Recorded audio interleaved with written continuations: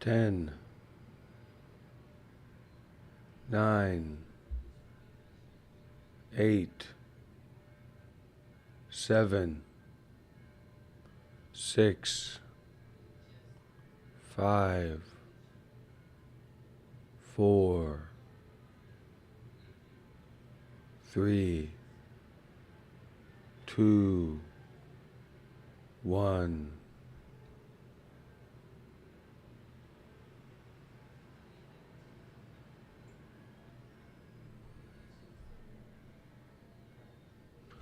Which video is that, Shelley? Here, why don't you try this, see if this works better. You can't hear on there?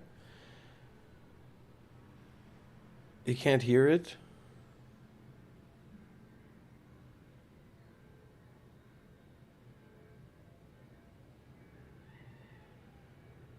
Is it difficult to hear Seattle?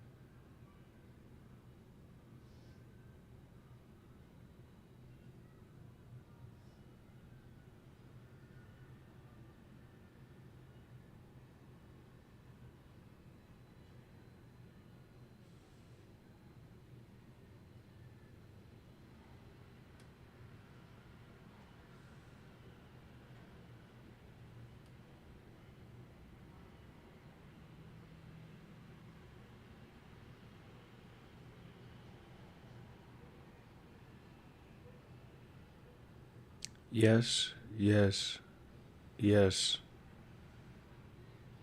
maybe, no.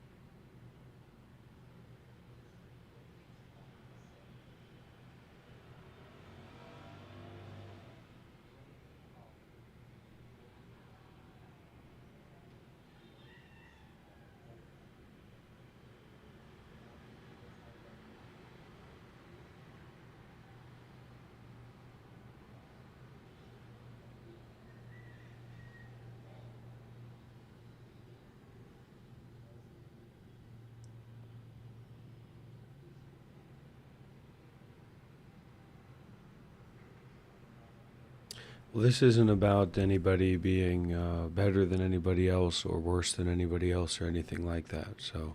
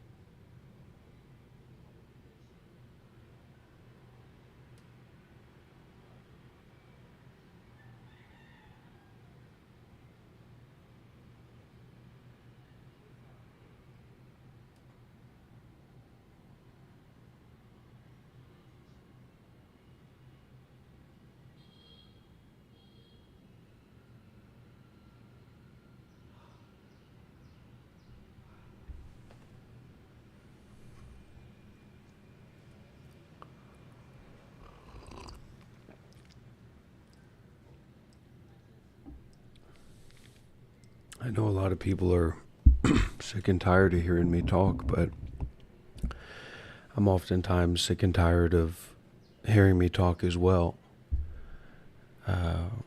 But this idea that, like meditation is like a Mexican immigrant's fruit picking job or something. I don't really understand what the idea is, but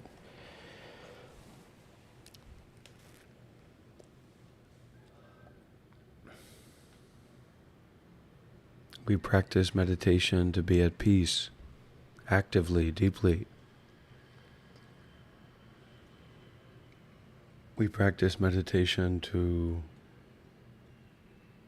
know more about and understand more our reactivity, and to be more in control of that reactivity, to be more free from that reactivity. Does that make sense?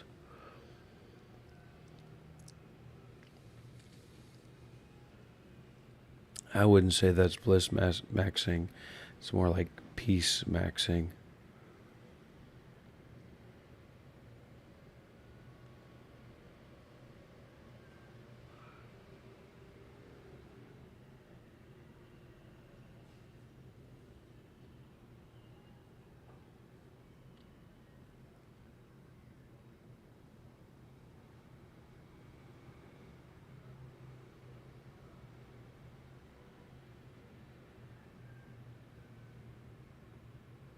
Or complicatedness minimizing.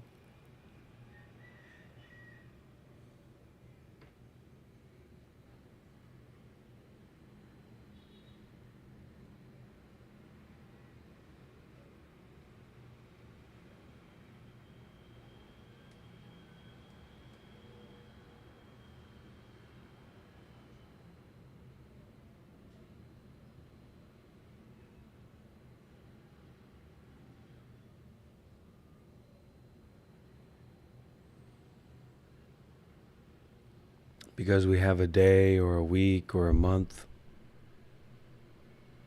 with depression, with anxiety, with stress, with confusion. Meditation is the way of stopping that affliction and that complicatedness and that confusingness and that stressness and that heat. To cool down the ego, to cool down the mind, to be at peace.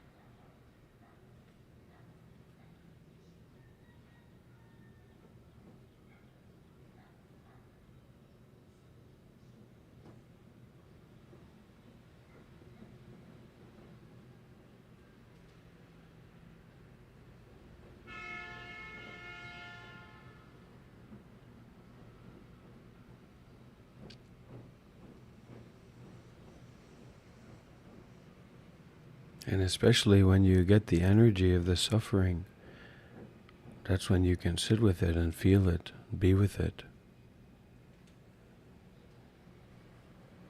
That's a transformational energy. Energy is just a word. You're feeling something. You're experiencing something. It's alive. It's visceral. It's intimate. It's intense.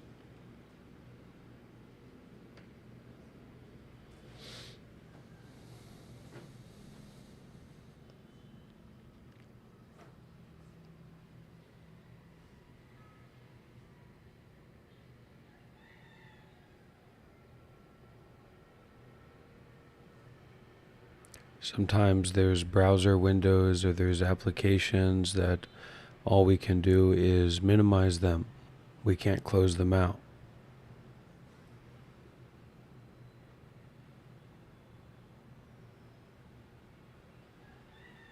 If you're living your life, do you want to be dealing with all of these windows full of nonsense on your screen? Would you rather know how to minimize them? Then you can learn how to close them out. Just with those thoughts, those ideas, those stories, those mental constructs, those mental energy balls.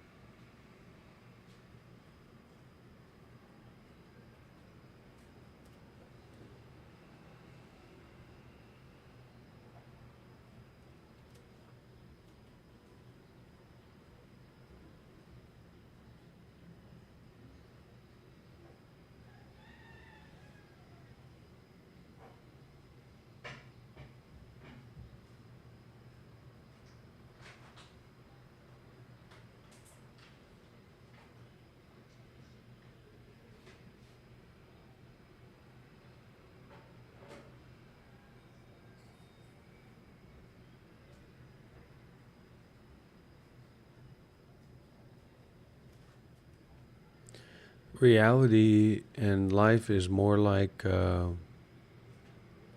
it's more like anime than a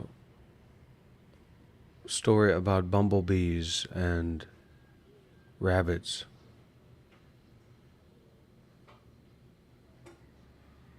What I mean by that is that we just, the way that we think about reality, the way that we think about life, that's not life, that's not reality.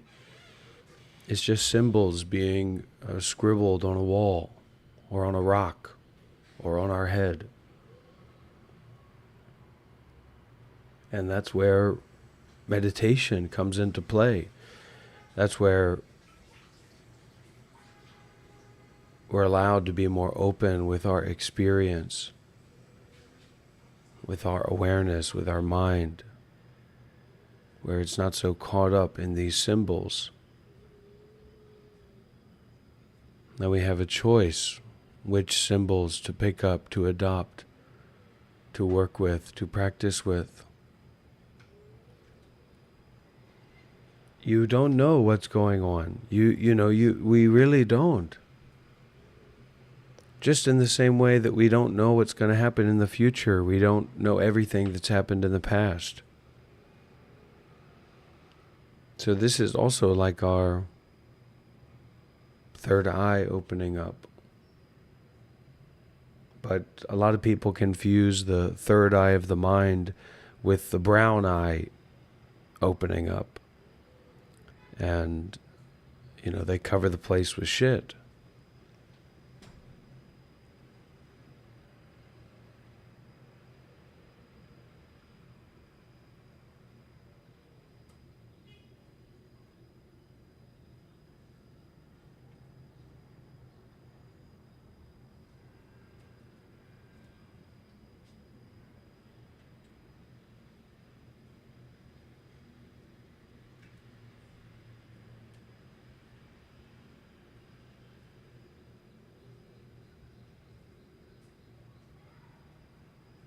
Unless we can be aware without attaching.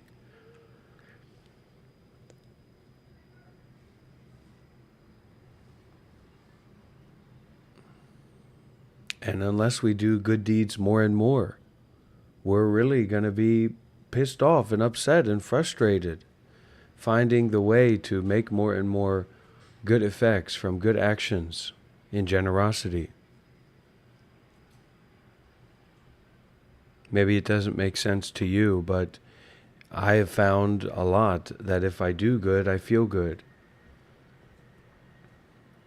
If I'm helping others, I feel good. If I'm being kind, I feel good. If I'm taking care, I feel good.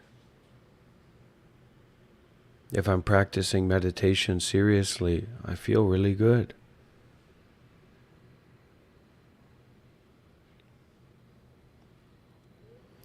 Ludwig.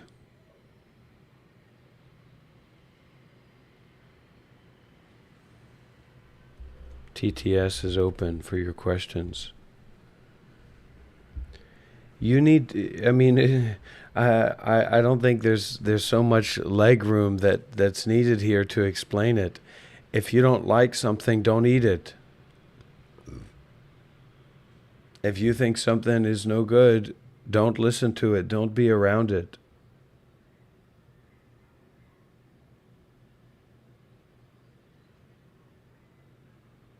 Sometimes things are good, sometimes they're bad.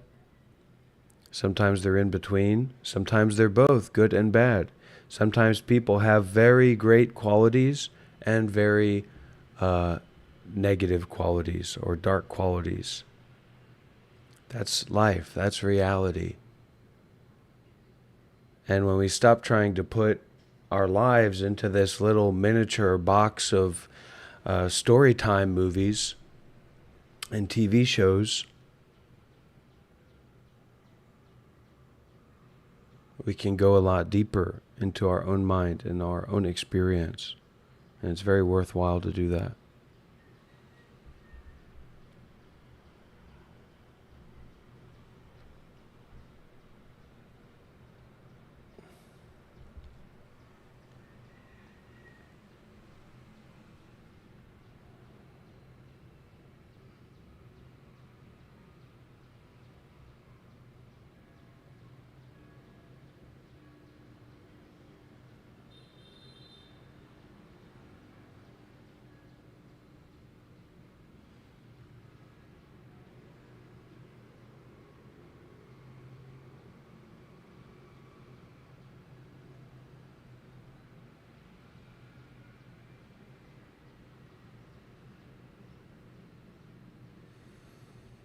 So sitting like this, it's not a performance. It's not a way to like, I am meditating, I am meditating. It's an exploration, and there's a technique, there's a way of sitting, there's a way of being, so that you can go deeper into this looking, this being without attachment, into your own mind, into your own experience.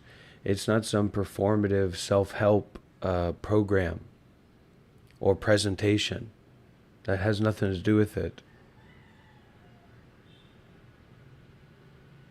It's really finding the richness, the wealth, the interestingness, the unknownness inside of your own mind.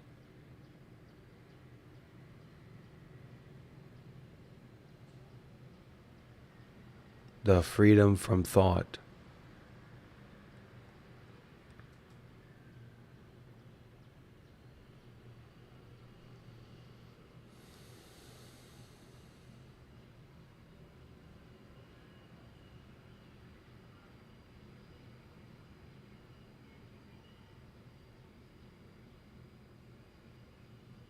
And if you can't be free from thoughts, then it doesn't matter where you go. You're basically going to be in the same fucking place. Excuse my French. You can't escape your ego by going around to different places or by taking on new thoughts and beliefs and identities. You can only escape your ego by seeing through it, by looking right at it. And that's what we do in meditation.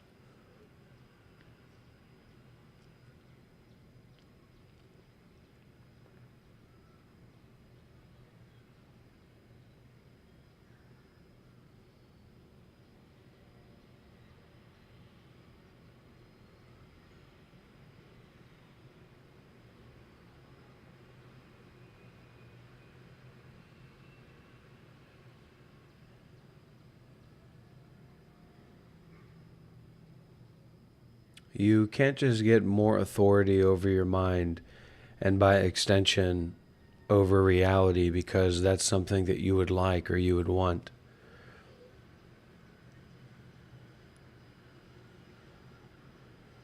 Because there are natural forces internally.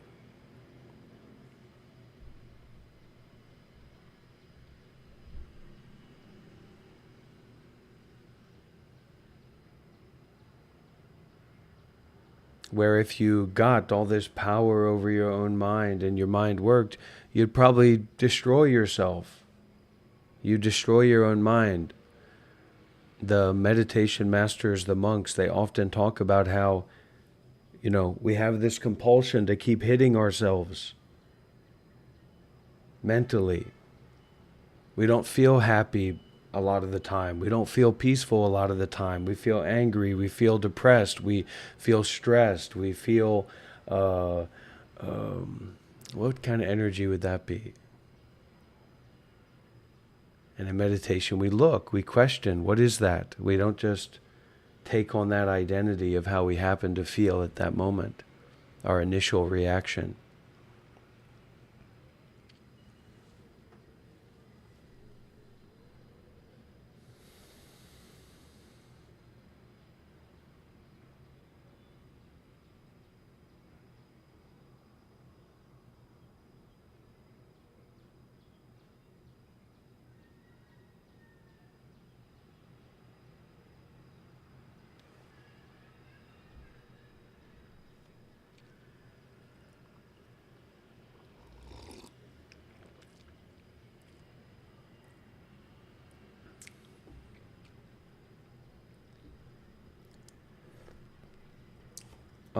Most people are possessed by evil spirits. Why don't you quote me on that?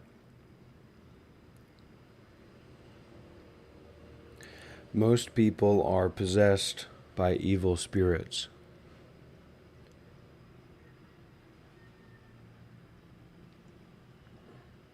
And what I mean by that is that we don't listen deeply. We don't share deeply. We don't look deeply. We don't help deeply. Just compulsively going around acting and reacting, judging, stimulating ourselves like we're mental patients, like we're in some kind of psych ward for chronic masturbators in the 40s or 30s with an electric jacket strapped to our back to keep our hands off our cocks.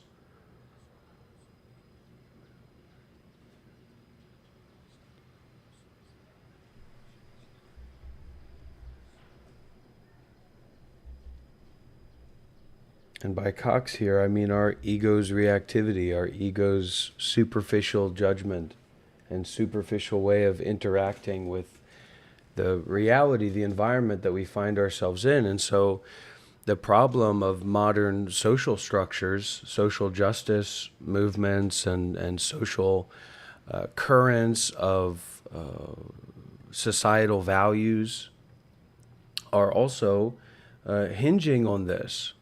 And the problem is that the people on the left and the people on the right are basically equally ignorant when it comes to the mind.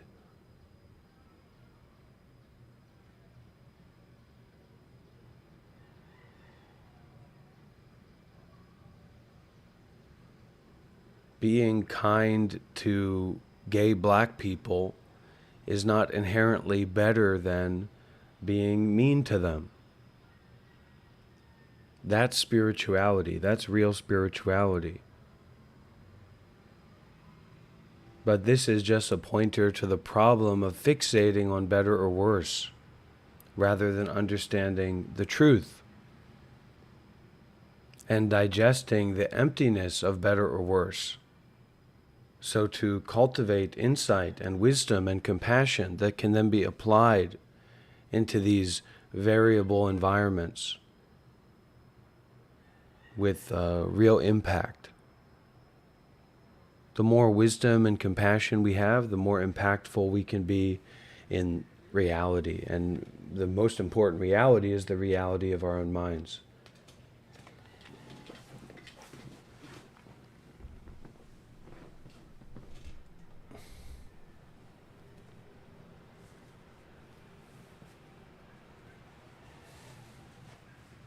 So that's why this is called experimental spirituality.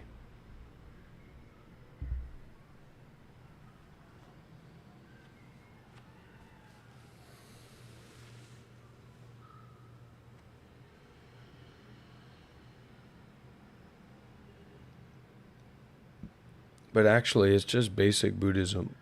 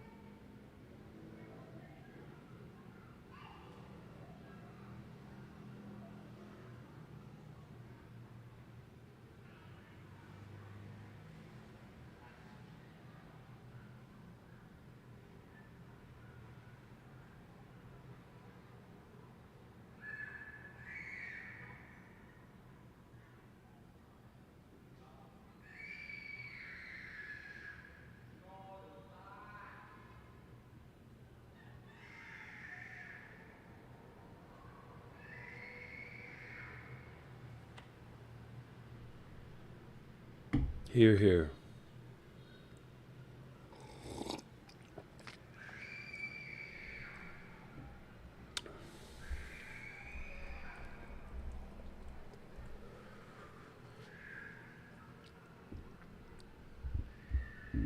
And it's been funny having some people know that we've had this woman from Australia named Shelley staying at our home, me and my wife's home. And this woman, Shelley, is someone who is from Australia and came here to allegedly help us make a meditation center here in Vietnam.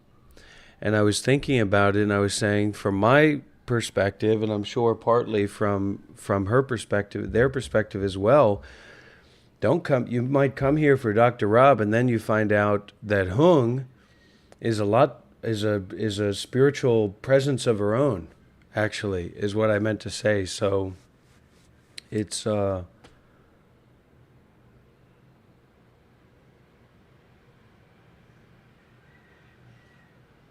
it's a two-party state. It's a spiritual inoculation with me and Hung here, and it's free to come, free to go.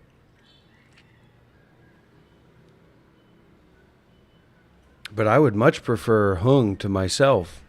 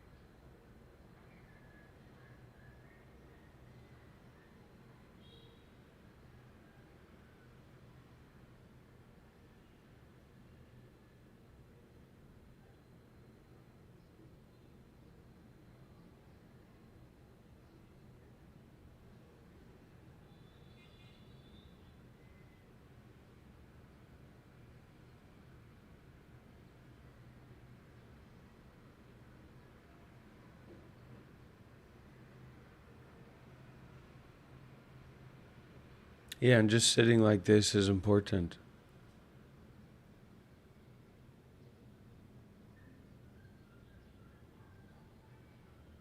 It's important for meditation. It's important for the ego, for the mind.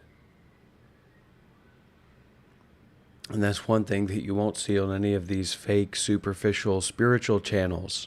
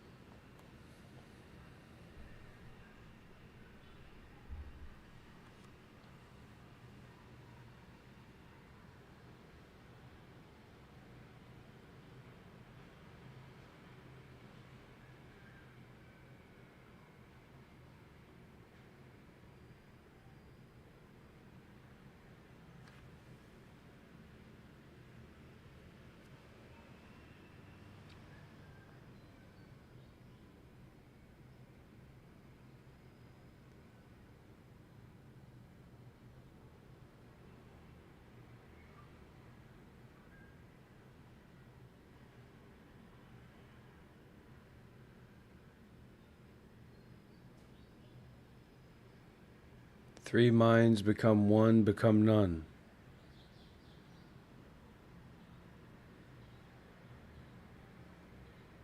Somebody asked me recently, they said, why are you sitting down there instead of sitting up here? Meaning they were talking about, why am I not a monk anymore? And I said, well, there's still some soul left in me. And it was a double entendre about being an artist and a soulful spirit, and also about not being an arahat. So they said, look, if you become an arahat, At Duxy donated $2 through that's Super crazy Chat. loud, huh? Widescreen monitor. I couldn't even hear it. But if you become an arahat, then you either kill yourself, or you have to go and become a monk. So I'll become a monk when I become an arahat. Or it's no I, right?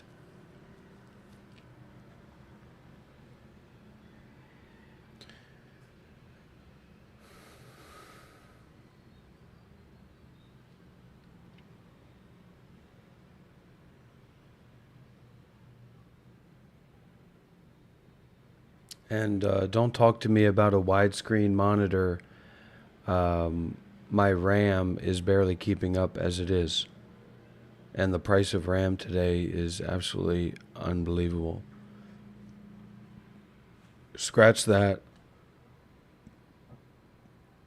Let's go back, right? Let's go back to the meditative way of being. Here, I know what I'm going to do something. I'm going to add an ingredient, make people more interested, make people more inspired, make people feel more engaged, make people feel more alive, make people feel more connected. How does that sound, everybody?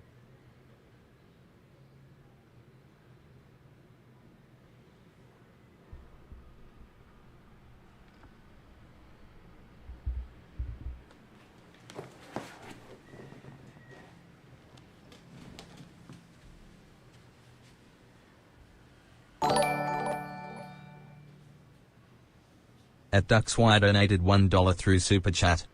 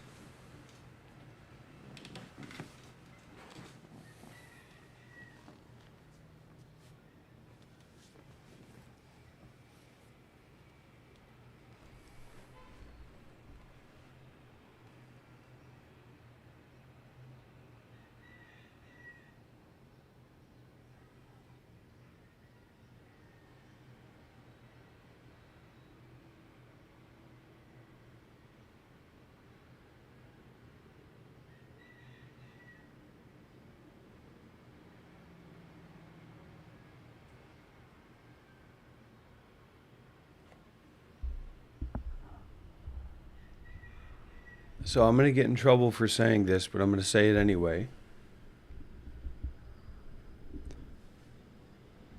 The role for the guest or the watcher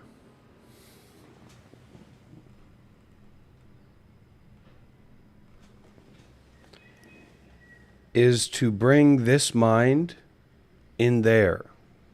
It's not to bring your mind in here.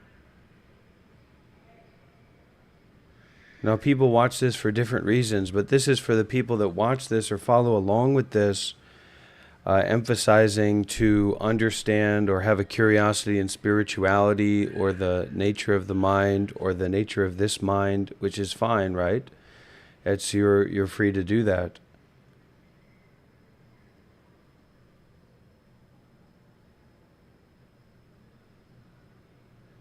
But for this focus on bringing that mind over here when I'm trying to meditate, it's so broken. It's such a broken and wasteful way to make use of your mind, right? So it's not just what somebody says or how somebody manipulates us and sells us some political bullshit that we listen to, right? It's a feeling, it's a sense of their mind. We have capacity. We don't just have eyes to see, we have a mind to feel, to sense into, right? A mind to perceive reality. So use your mind to perceive the presence and the reality of this mind, especially when in meditation.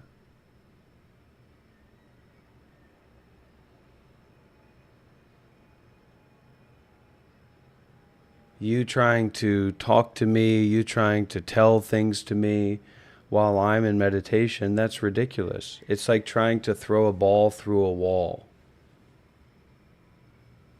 So when we're here, let's not waste our own time and let's not waste each other's time. I know that's something that I can get a lot better at, but it would take time.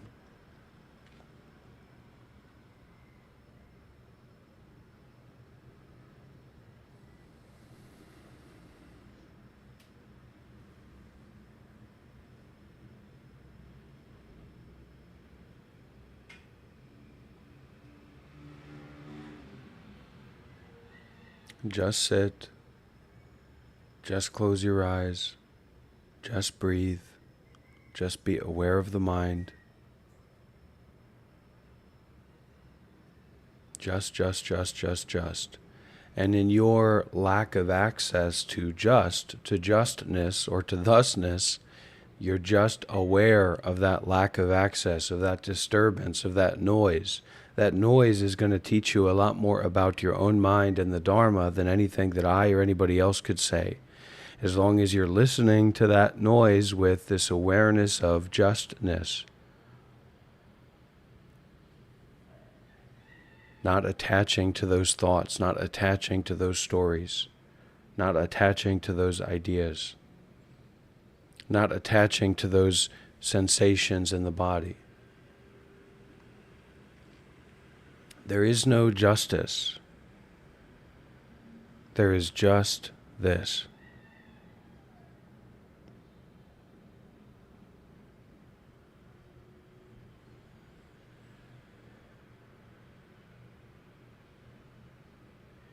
Even if you're a troll, try to meditate. No, none of your other trolls or your imaginary friends in your mind on the internet that are a part of your group and like follow along with your ideals, none of them can see you. None of them can hear you. None of them really know you, right? You just pretend to know each other because you think you have a similar disposition, right?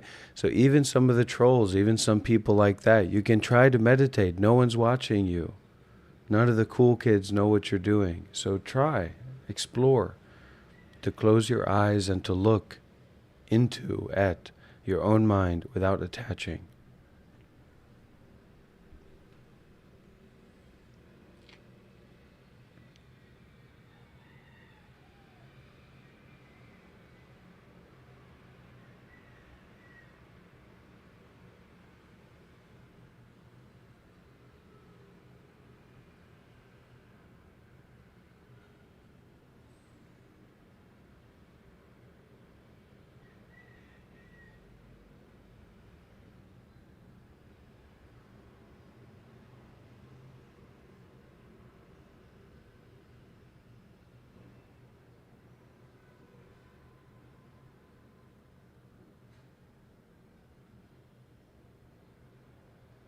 Stop looking for this perfect caricature of enlightenment, or this perfect caricature of meditation, or this perfect caricature of a teacher or a student. That's all just nonsense.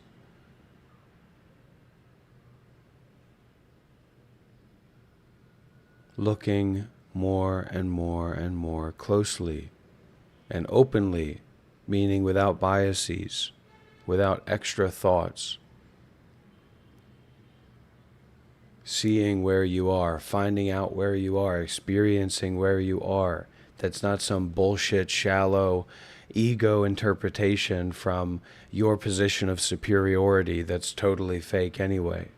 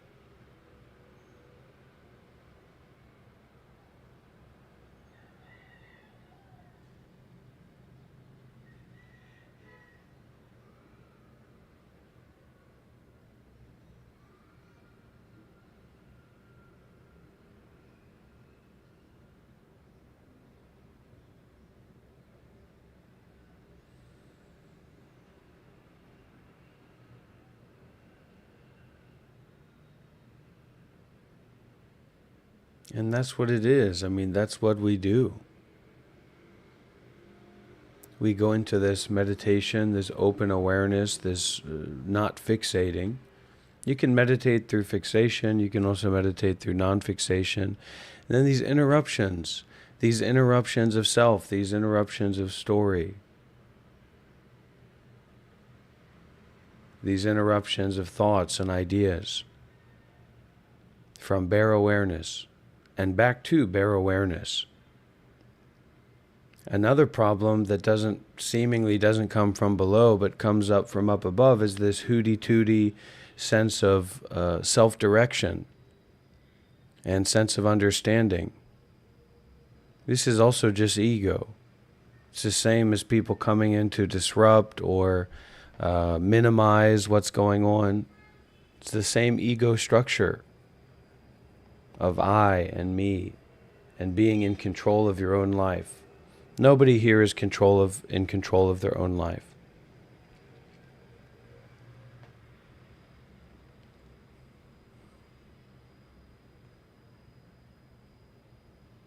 You and I don't exist. This is cause and effect only. This is free from self, free from I, free from me, free from you. Totally free. Just like Jim Newman says, it's already done, everybody.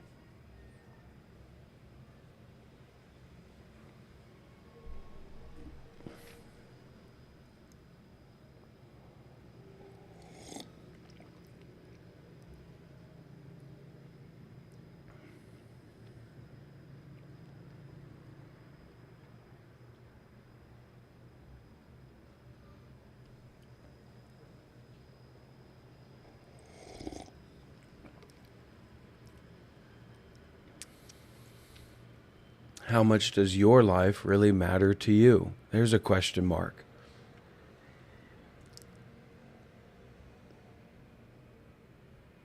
Something to ask yourself deeply. Because for a lot of people, a lot of Americans, their life doesn't mean that much to them. They were trained, they were educated or indoctrinated to not consider their own life having that much value, their own thoughts to have that much value, their own freedom of self-direction to have that much value.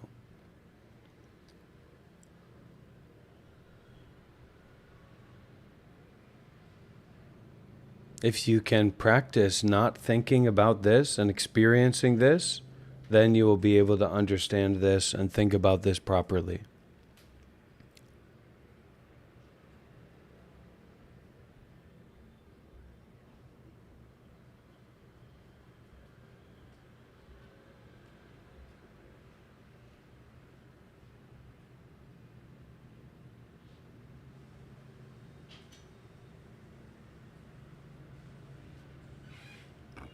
feels good to help. It feels good to volunteer. It feels good to be in community. It feels good to wake up every day and have a reason, a good reason, a better reason, hopefully, to meditate. And look at Hung's outfit.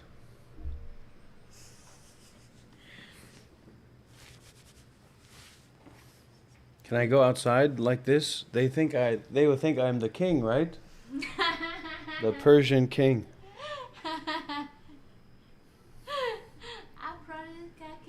African king, white African.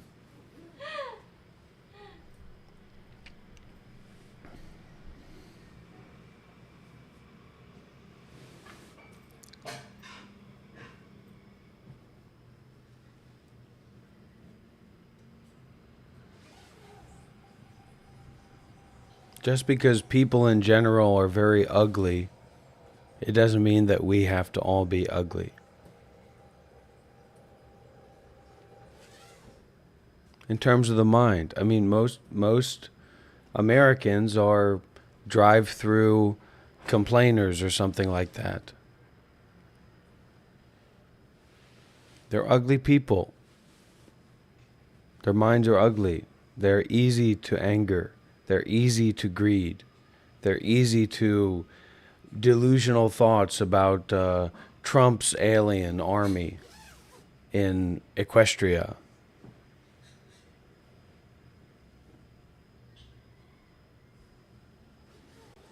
Some conspiracy theory, something that's sold to them on Fox News or CNN or whatever, something that doesn't have anything to do with their life.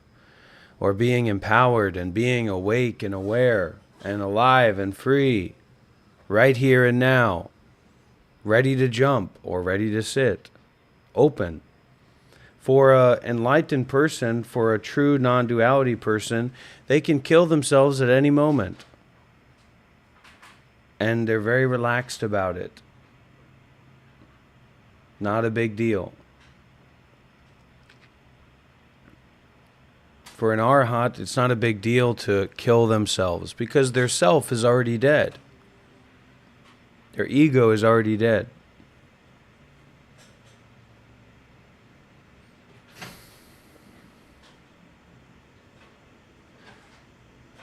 There is no sense of self for an arhat.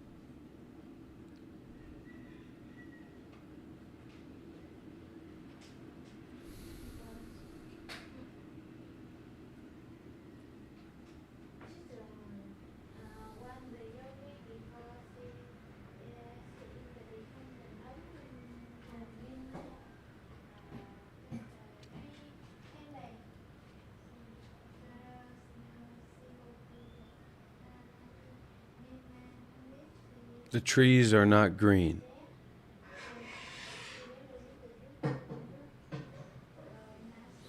How do I ascend above people's bad energy?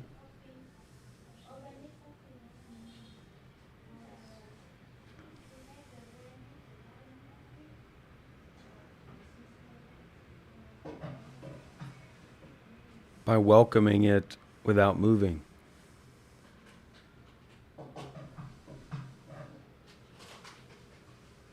By accepting it in as stillness.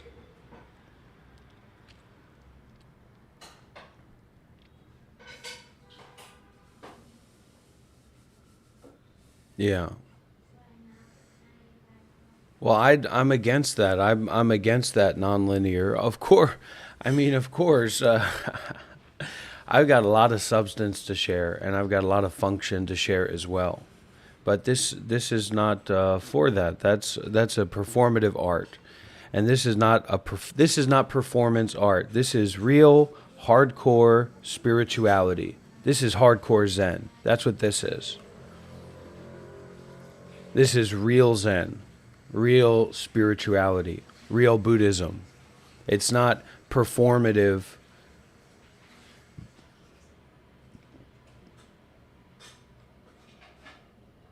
substance.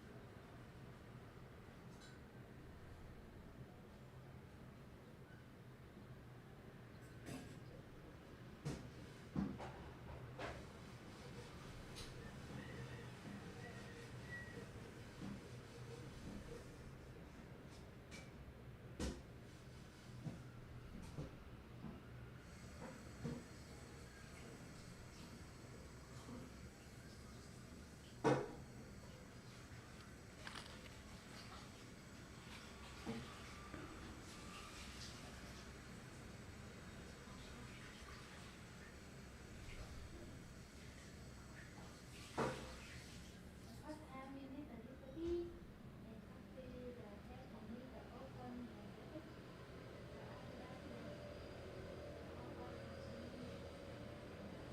What time do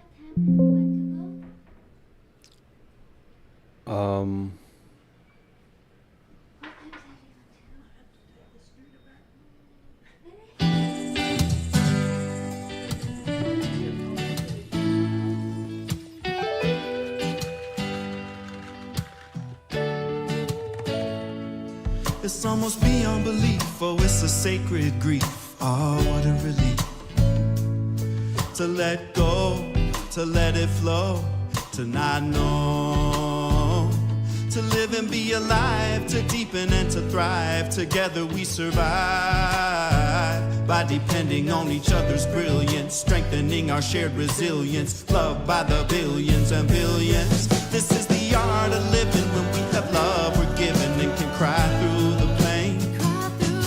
This is the art of loving when we're left with nothing and can learn to love again, learn to love again, learn to love again, learn to love again and again and again, learn to love again, learn to love again, learn to love again. Love has so much to show when we let our hearts grow and take it slow. Putting bare feet on the dirt here on Mother Earth, remembering our human worth. Each one a sacred part of the circle of hearts, living these healing arts. This is the art of living. When we have love, we're given and can cry through the pain.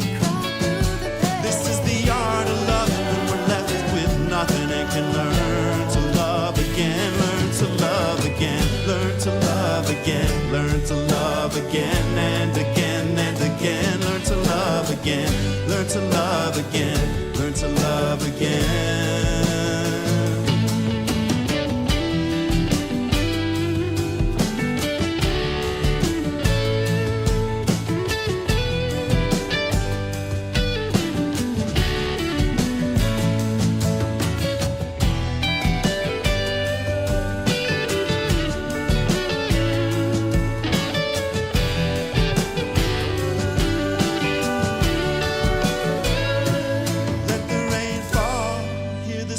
Call and sing to it all. Let the rain fall, hear the Spirit call and sing to it all. Oh, let the rain fall, hear the Spirit call and sing to it all. Let the rain fall, hear the Spirit call and sing to it all. This is the art of living. When we have love, we're given and can cry through the pain. This is the art of loving when we're left with nothing and can learn to love again, learn to love again, learn to love again, learn to love again and again and again, learn to love again, learn to love again, learn to love again.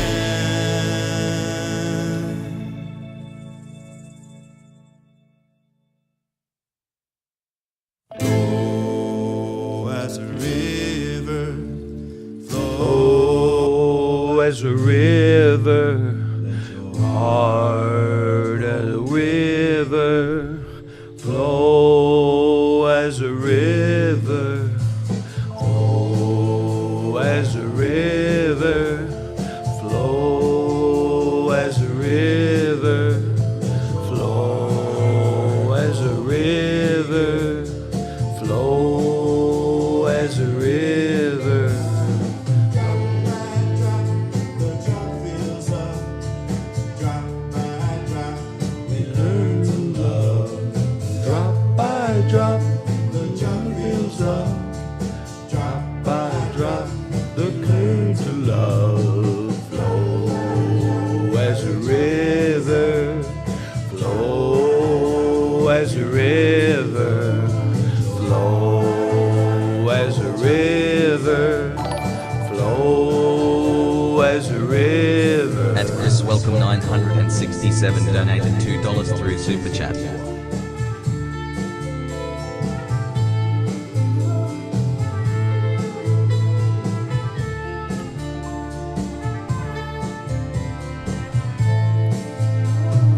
What do I see as I look at the sky? In every cloud is the tears that I've cried. I sit and notice the breath in my lungs, praying and hoping the blessings will come.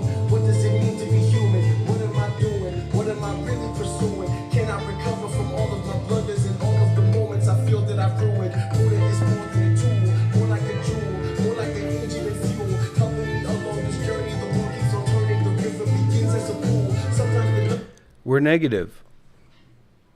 We have a negative mindset. We want to tell other people what to do. We want to constantly have some kind of justification for our nonstop judgment and determining how other people are doing things right or doing things, especially doing things wrong, because it helps us feel superior all the time, which goes into the Western idea that, you know, all Americans are millionaires in the waiting or disenfranchised millionaires. And it's going to take a lot of challenging work, not with our bodies, but actually with our minds, with our egos, to get over that problem. Otherwise, we'll always bring our big, fat, stinky ego to every situation that we go into, and we'll pollute it, and we'll confuse it, and we'll obfuscate whatever value is there, whatever preciousness is there, whatever truth is there, with our ego. So don't talk about it, don't think about it. You can practice meditation seriously. You can give seriously. You can donate seriously. You can volunteer seriously. You can cultivate and listen to Dharma talk seriously. And then wisdom and compassion will seriously develop.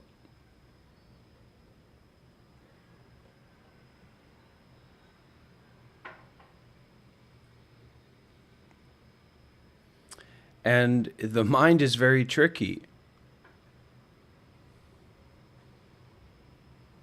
We're up in the morning, right? We're going in between the dream world and the real world. We're depressed, we're anxious, we're confused about our life. Am I doing the right thing? Am I living the right way? Etc., etc., etc. Then you wake up, it's all gone, it's all vanished. It was all a mirage. It was all an illusion.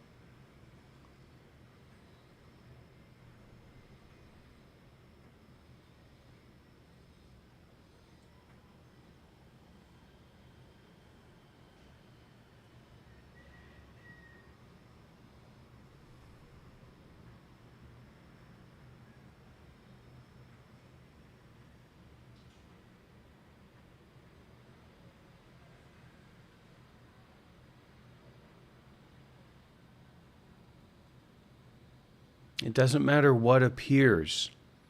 It's impermanent. It's empty of self.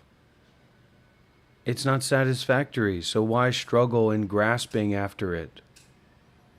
Trying to get it, trying to understand it, trying to control it. It's a dead end.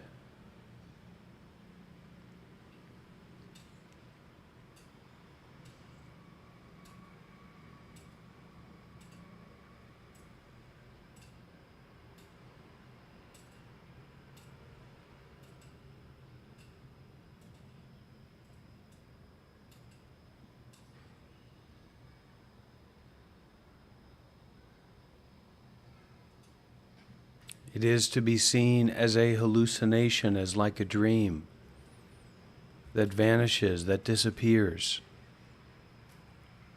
Instead of focusing on that thing that's appearing over and over again, focus on the disappearance.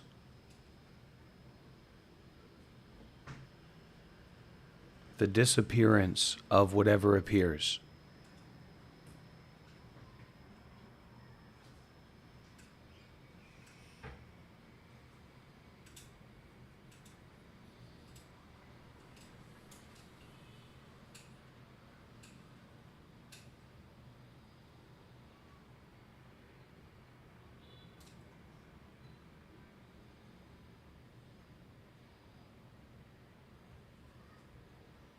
Focus on the disappearing of those thoughts.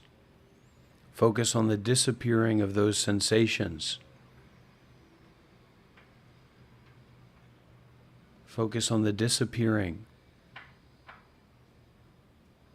of those feelings, whatever they may be.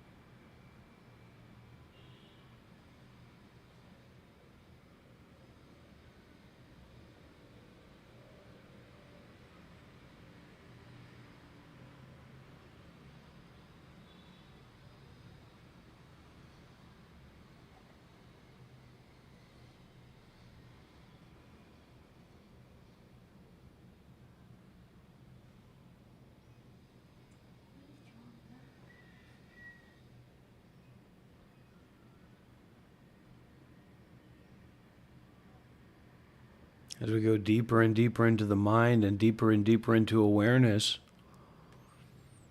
there is more intensity, there is more intimacy. But somehow we're able to be more and more free, more and more unlimited, more and more fearless.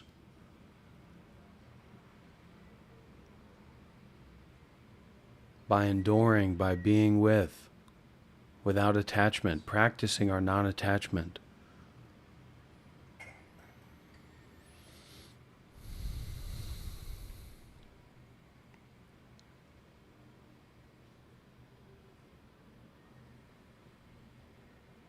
What's this? What's that? It's cause and effect only of ever new impermanent nature. It's emptiness. It's irrelevance. It's a reminder to be aware and to not attach. In that moment of mental action, of mindfulness and detachment.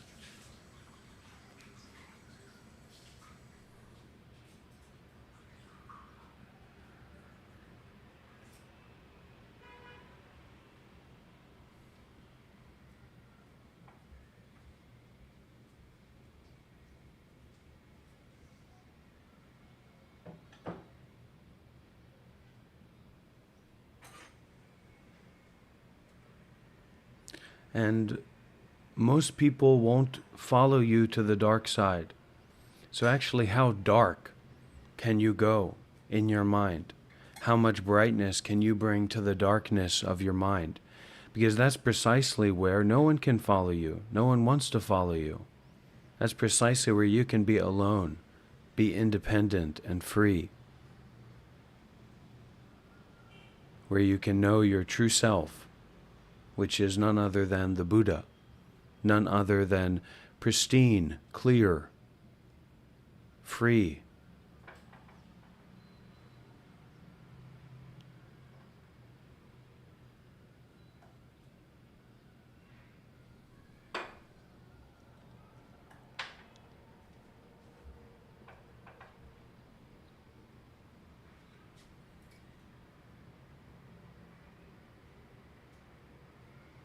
You cannot trust your eyes, you cannot trust your ears, you cannot trust your mind's ability to determine if something is true or real or not real.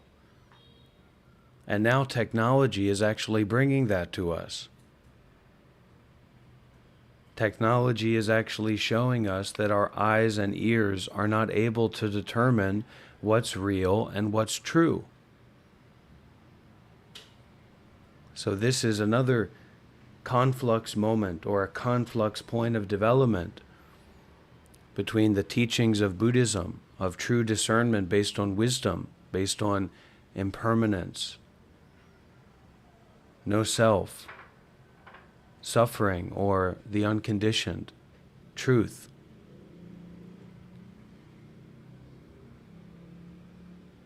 So this is a chance for us to change our minds, to open up, to be more free from what appears, from our delusions, from our dreams, from our stories.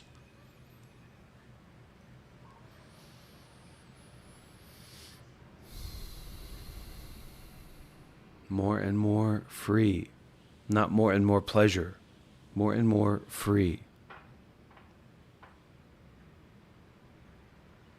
More and more unrestricted. More and more uncomplicated. More and more non-egoic.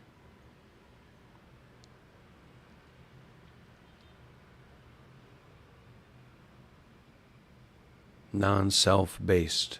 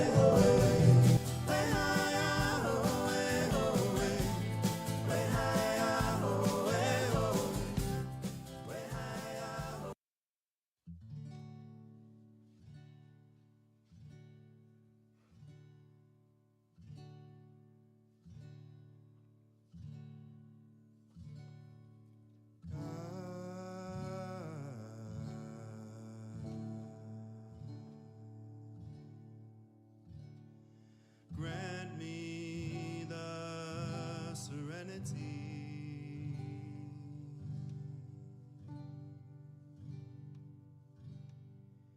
To accept the things I cannot change.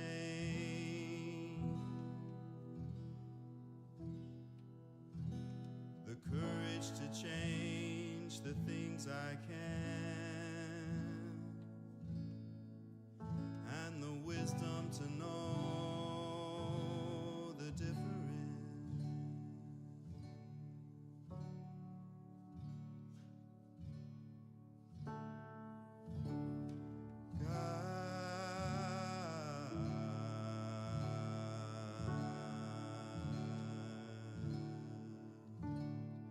Grant me the serenity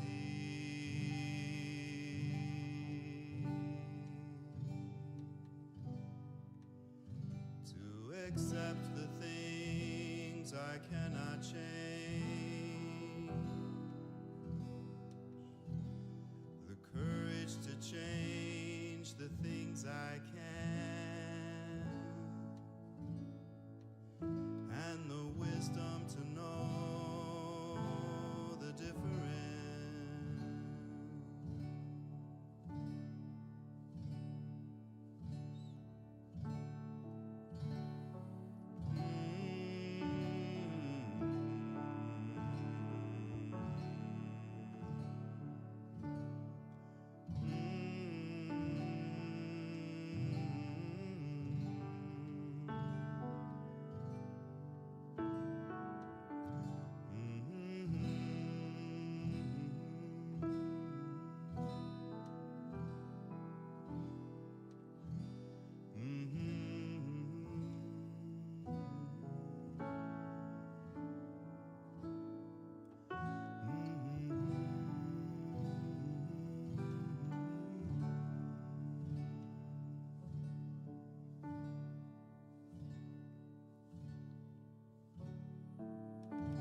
Your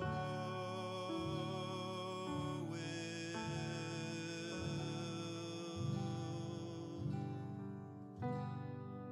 not mine,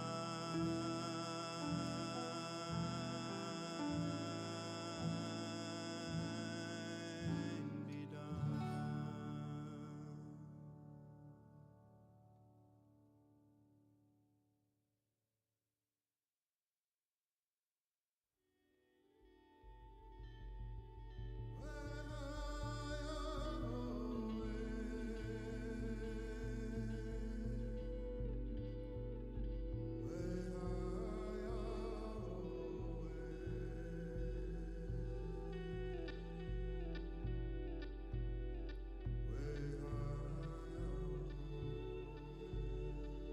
O dear great and holy mystery, why have you left me with my own crazy obsessiveness, my own fears, my own grief?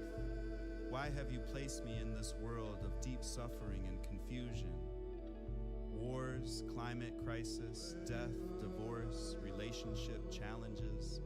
Pull me out of your peace and serenity and leave me vulnerable to the pain of old wounds and the fear of new ones. Where do I go for relief? And where do I find the hidden wholeness of all things? Remind me how we are all sacred, all of us. Remind me that we are not separate from the flowers and the mud, the dogs and the cats, the fireflies and the deer flies, the mosquitoes and the lizards, the ancient rocks and the flowing water. Awaken in me your deep and unending love and compassion. Sing through me your healing medicine and your divine energy of understanding, that I may truly be a peacemaker in myself and in the world. You who have always been with me, who has given me new life from death and who has transformed my enemies into great friends. I know you haven't brought me this far to drop me now, and I once again turn my life and my will entirely over to you, who are all good and all grace.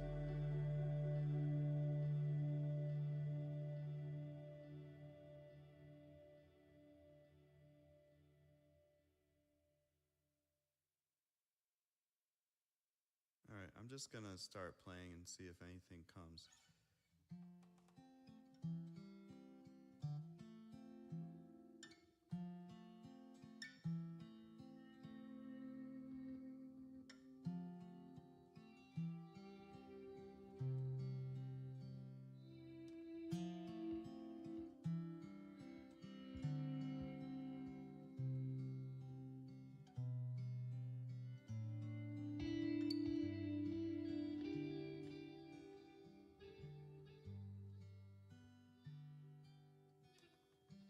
Dear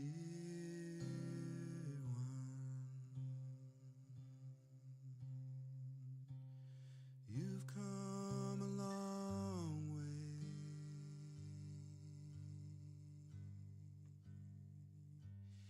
You got love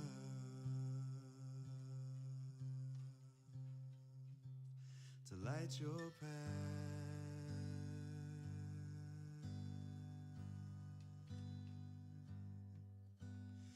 Dear one,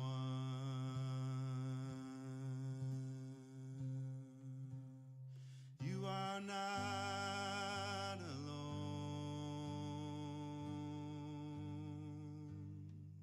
You have love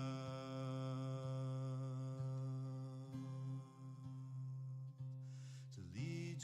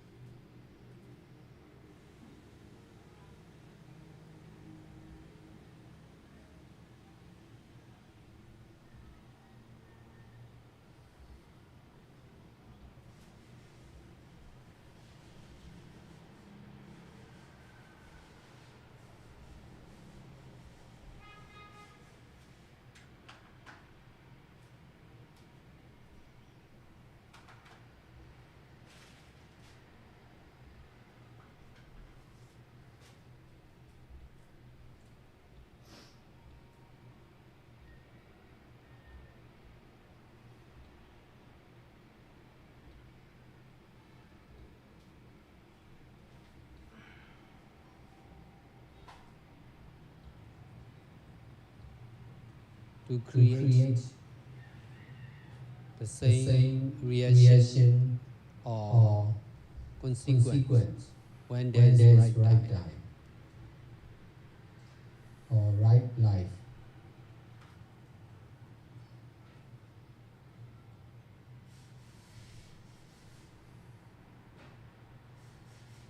This is karmic law for all living beings.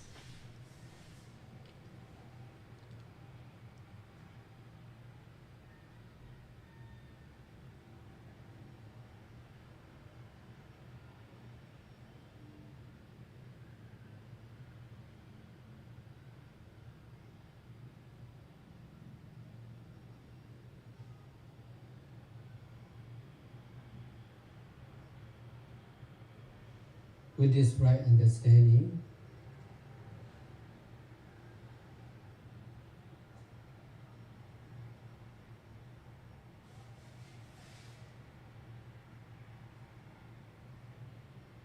there was less and less fear of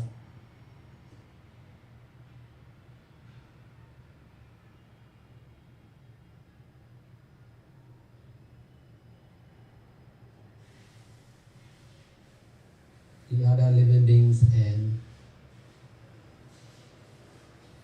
that action of the others.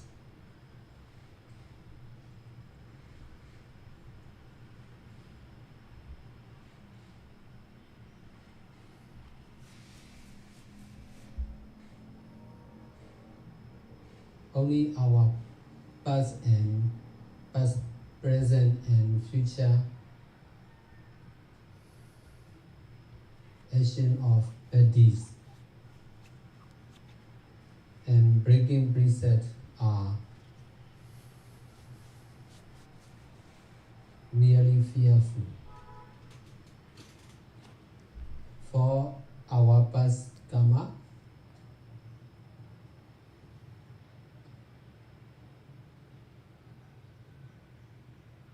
we can do nothing except paying back.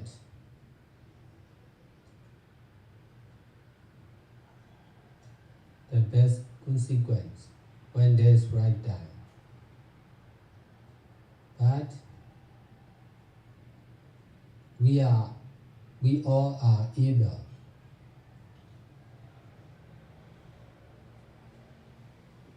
not to do bad.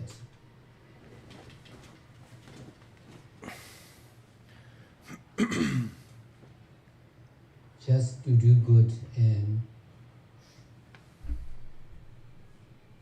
purifying the present mind by using the present moment or present life.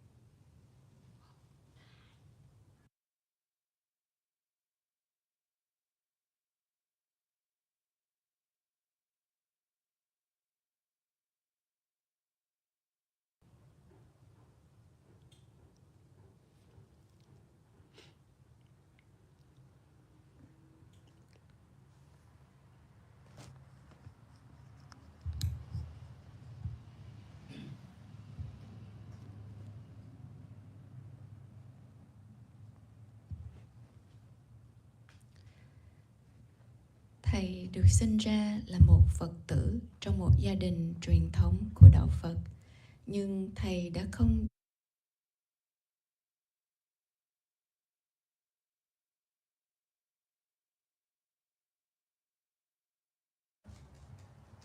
như ở Ấn Độ, Condition still remain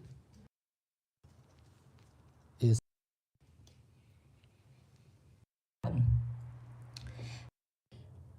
Có bởi vì trung tâm thăm 24 thì được giải quyết bằng cách là những cái thành viên này họ đến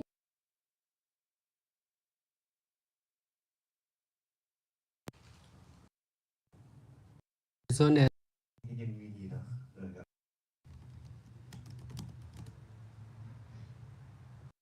day we must accept yesterday and tomorrow. If we accept present moment, we already accept past moment and future moment.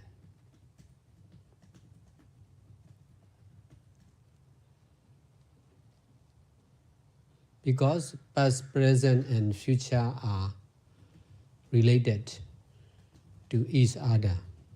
If there is no past, if there is no present life, there will be no past life, no past and future life. If there is no today, there will be no yesterday and tomorrow. If there is no present moment, there will be no past and future moment.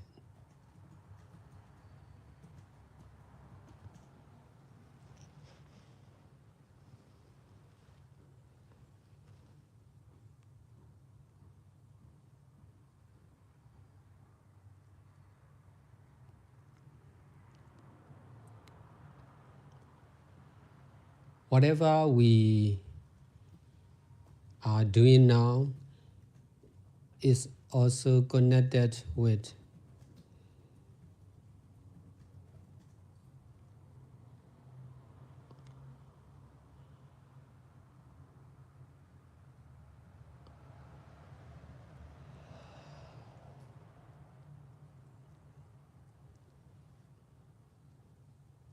our past karma. We are practicing meditation. We are practicing and teaching meditation now because we already practiced and taught meditation yesterday.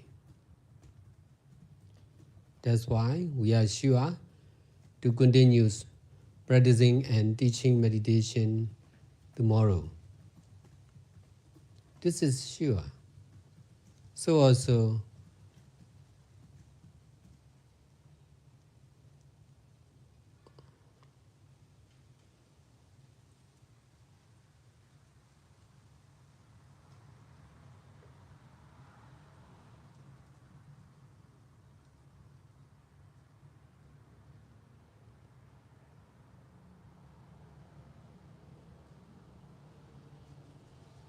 before and after life are sure.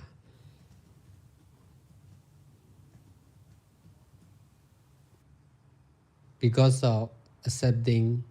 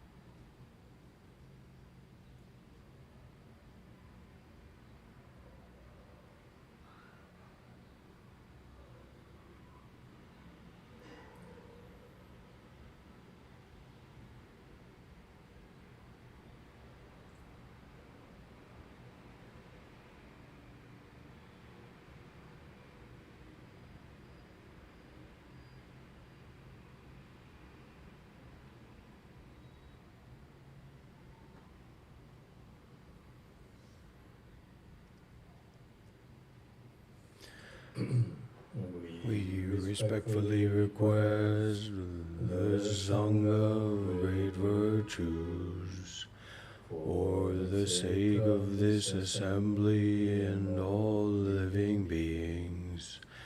Please turn the wonderful Dharma wheel to teach and guide us how to end birth and death, leave suffering and attain bliss, and quickly realize non-birth.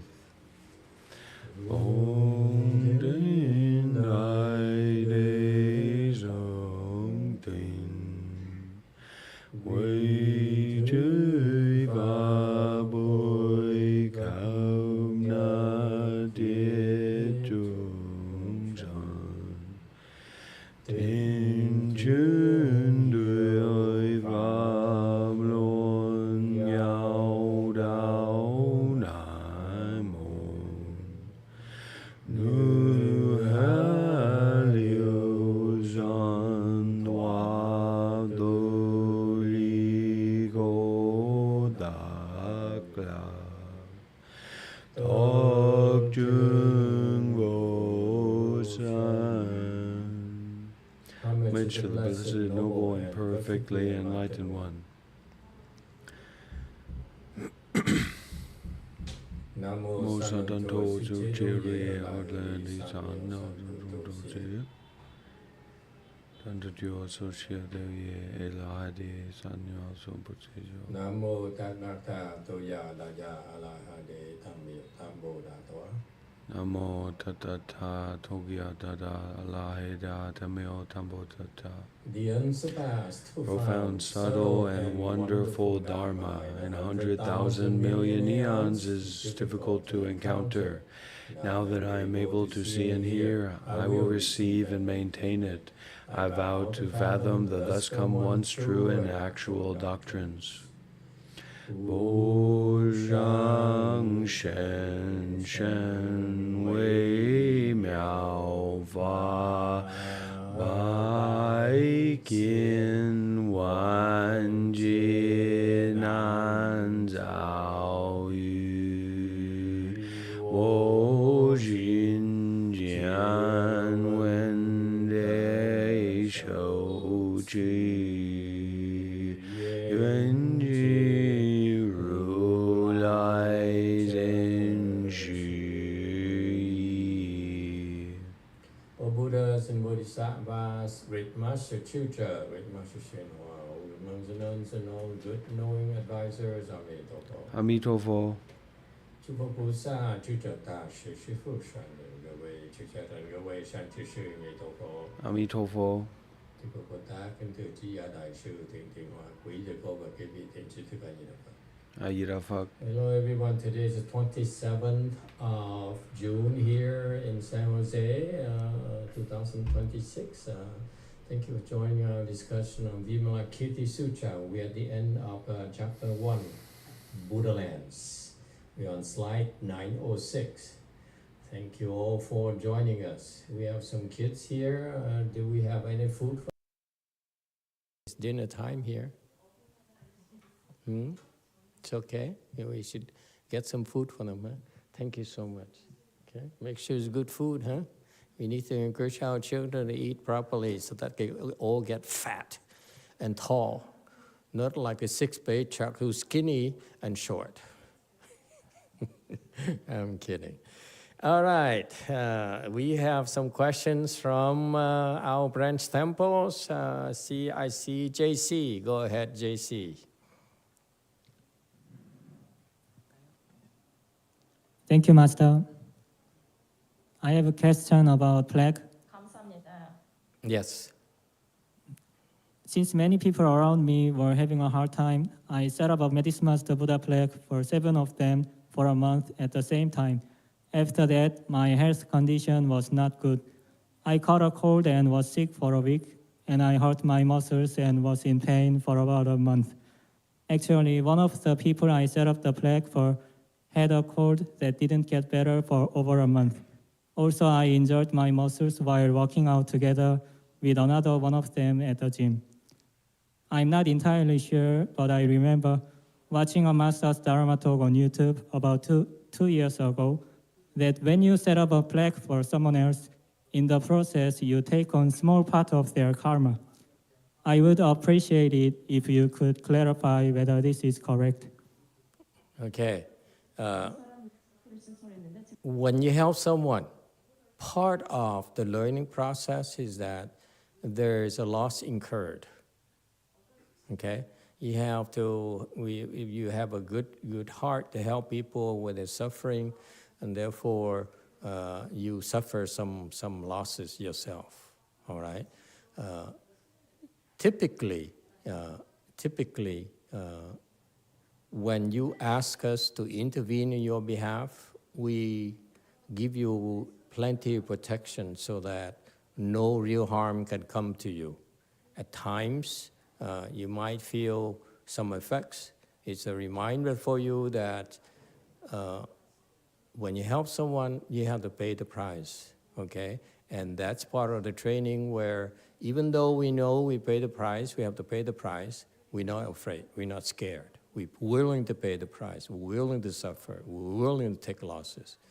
But in general, so far, in the last 20 years, I never seen anyone who would be affected in a way that they can't function anymore, that basically we've been able to shield all of you from your karmic retributions.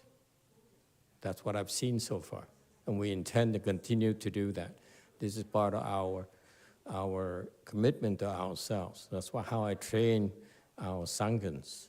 That is, we prepare to shield you so that you will not be affected, that some of that might come to you, so that as long as it's helpful in your practice, some will come to you.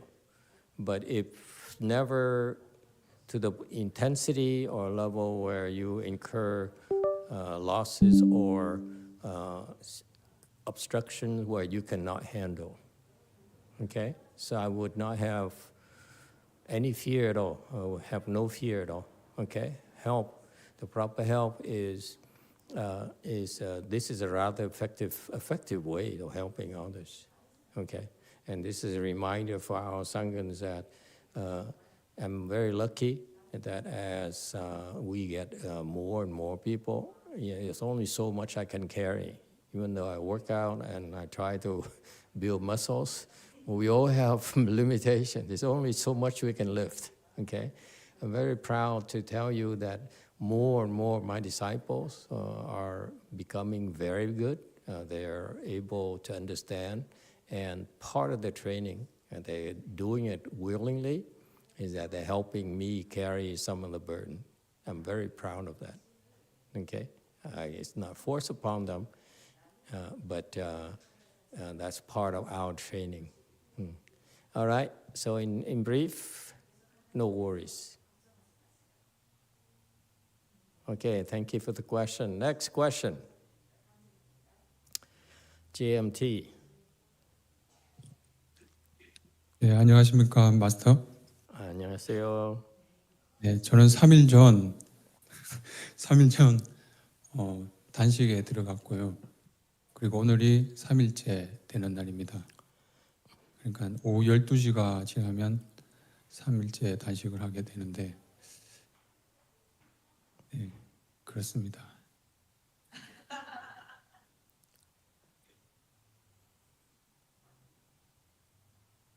Master, it's been 3 days since I started fasting. If the past noon, today, the third day will start.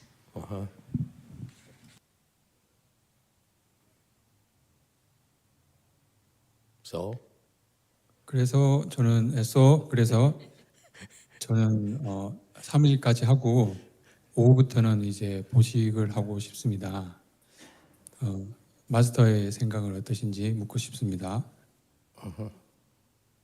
So I want to fast only 3 days, and then I want to break after the noon. So what's your opinion? Okay. How is it going?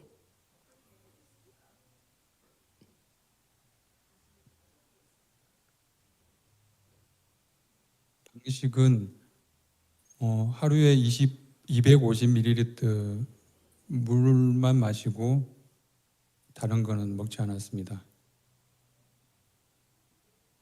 I only drink 250 milliliters of water, and I didn't eat any other thing. Now you're thirsty. 네, 목이 마릅니다. A little bit thirsty, yeah? Would you like to drink more?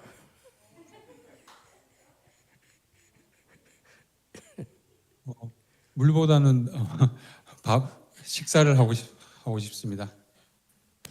Rather than water, I want to eat something. You'd rather eat something. And then you haven't fasted long enough.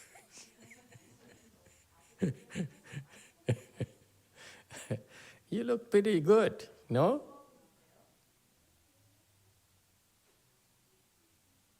예, 뭐 그렇게 몸에는 특별한 이상은 없습니다. 예. Yes, I don't have any other symptom. Yeah, so why don't you go 2 more days? 예, 뭐 이틀 더 하는 것도 좋지만 저는 제 생각에는 어제가 아니고 저기 25일, 26일 스님의 법문이 참 감동 받았거든요.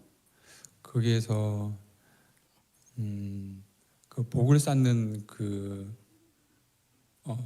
것이 얼마나 소중하고 귀한지 저는 다시 깨달았습니다. 네, 그래서 남은 선칠 기간에 복을 많이 쌓고 집으로 돌아가고 싶습니다. It's a good idea, but I touched by your Dharma talk in 25th and 26th. So I realized it's very important to create blessing. So the rest of the period, I want to create blessing and I want to go home. It's okay. Okay. This is, in your case here, if possible, fast another 2 days. Fast one or two more days. Why? Because you're almost there. You're not tired enough yet. Okay, you have the fasting part of the fasting dharma is a very effective form, especially for newcomers, is number one, to scare you away. See how tough you are, okay?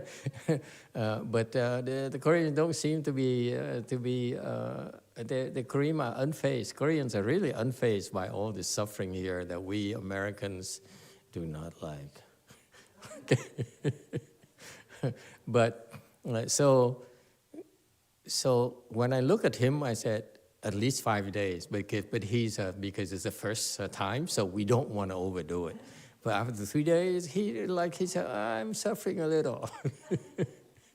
I'm hungry. Okay. The fast for the first period is supposed to make you very thirsty. Okay, so thirsty. Okay, and so, and of course, after the hunger will come the thirst. The thirst will be severe. Okay, because and it's a marvelous way of cleansing your body. Okay, it's so you did it. You're doing it for 3 days already. I would go for 2 more days, if possible, and experience the challenges of fasting. This is not for the weak. This is for to help you. This is a very special experience dharma that you will not be able to find anywhere else. Okay, so if I were you, if you're possible, go a little bit further, 1-2 more days, and because next time you do it again. I know you came from Busan, and so it's not an easy thing for you, so far away from home. But next time you do fast again, you have to go through these 3 days, okay, again. So this is such a good opportunity to keep going. It's such a shame to have to go through another 3 days before experience the next level of suffering. Okay? So try to go a little bit further. You can do it. 네, 이틀 더 해보겠습니다, 마스터. I'll try 2 more days. Okay, very good. Okay, excellent. This is the Korean spirit. I'm so impressed with the Korean culture. They're hardworking, very, very hardworking, and this is impressive, so impressive. Yeah, not only hardworking, but I met so many wonderful Koreans that motivates me to keep on going there. And I come back here, I see my wonderful people, Americans, who are feeling a little bit left out because praise the Koreans and so much. No, you are so special. I love when you, I'm serious, I feel so fortunate to be able to cultivate with you. You are wonderful people, okay? And keep it up. The thing about cultivation, and this is what we do, that most people cannot do, or will not dare do, is that we do the difficult things gradually. It's not crazy. We don't make you break your back or break a leg or something, but we do what's difficult to do. Why is that? Because when you do things that are difficult for you, you will break through to you discover what you're really made of, okay? And those of you who are able to survive these tests and stick around, you are superior beings. I'm so proud of all of you. I'm so amazed that all of you have been progressing so fast. It's amazing how hard you've been working, and how wonderful it is to have all of you around. Okay, thank you all. Keep it up. Don't slack off. Part of the fun is that, here's the secret about suffering that other people don't seem to get. The weak ones, they always say, oh, it's too much suffering, I can't take it. But this, it's like,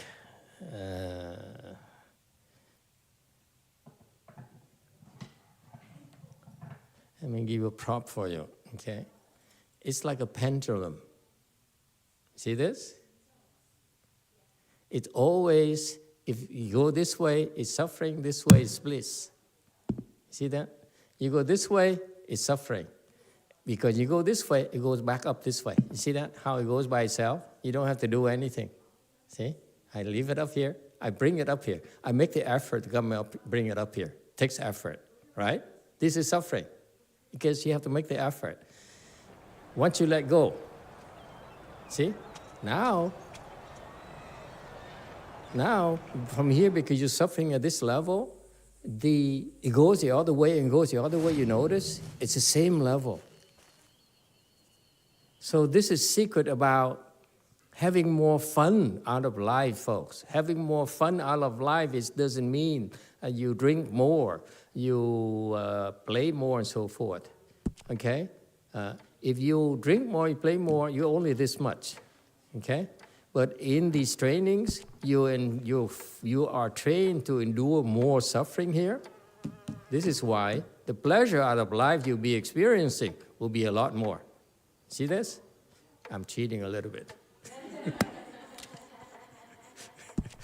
Don't take me literally, okay? I do add a little spices every time I cook. You got that? So it's the secret about the practice. If you're not afraid, if you see the suffering, you're not afraid to endure the suffering, you will experience more pleasure, more happiness out of life. Whereas people who are afraid to suffer, they only go this much. Okay? We push the envelope, go up more, we experience more fun on the other hand. All right? That's why. Okay? But it's under control condition. You don't just do crazy things. We have specific dharma, different training. You have supervision, you have protection, you have help, you have the co-cultivator, you have the proper environment. This is why it takes a lot more than you think, okay, to achieve this. And this is why I'm so proud of all of you. Okay? Yeah. It makes it for me more interesting every day to come to speak Dharma to you, to look at you and see how you grow and you become such beautiful human beings. It's wonderful. You know, you are the gem of the earth. You ask me.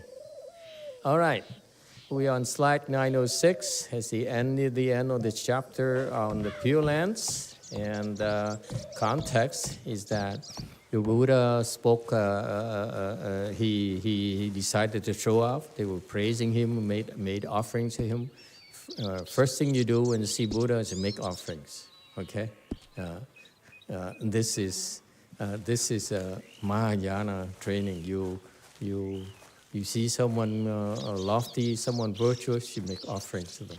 Okay, so you make offerings to the Buddha. The Buddha, after they spoke Dharma a little bit, the Buddha then saw these beings, so he decided to show off. So he used his toe, okay, and touch the earth and manifest 3,000, 8,000, the world as it really is, filled of gems and flowers and beautiful, beautiful things. All right? And this is the next section. The entire great assembly marveled as they had never seen before, and all saw themselves seated upon jewel lotus flowers. 一切大众叹未曾有，而皆自见作宝莲华。And so, not only did he manifest the things here, you know, the projected all the our galaxy under the canopies, a big canopy there, okay, up that's covering the Earth, okay, the galaxy. So now we have projections of the entire galaxy up there, and then next the assembly who was there with the Buddha, and was so impressed, really so marvelous of a view, of a vision, okay, and they never seen anything this splendid, this adorned before in their entire lives. And, you know, when Buddha is impressed, it's very, very impressive. It's such a cool thing. And they saw themselves seated upon the jewel lotus flowers. Okay. And so this pertains to everyone in the assembly who's able to see that. And so at various levels there, they're able to see that they themselves are actually participants in this world that the Buddha says, this is my world. This is where you fit in. Okay. And they're seated upon jewel lotus flowers.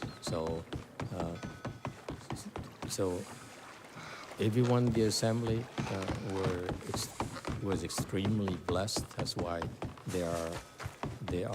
they deserve to be seated upon jewel lotus flowers.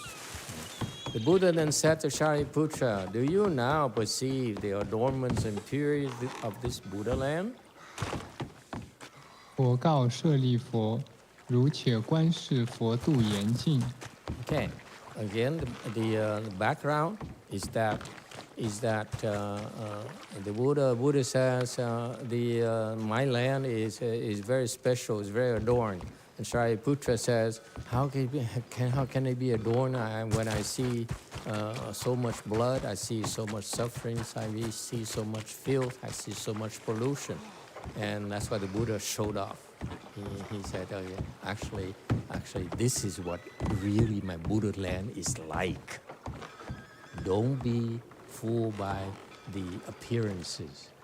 Okay? And now he explains, did you see how my Buddha land is so adorned and how it's so pure in my world? Shariputra replied, yes, I do, were honored one. I did not see nor hear it before, but now the adornments and purity of this Buddha land all are manifest.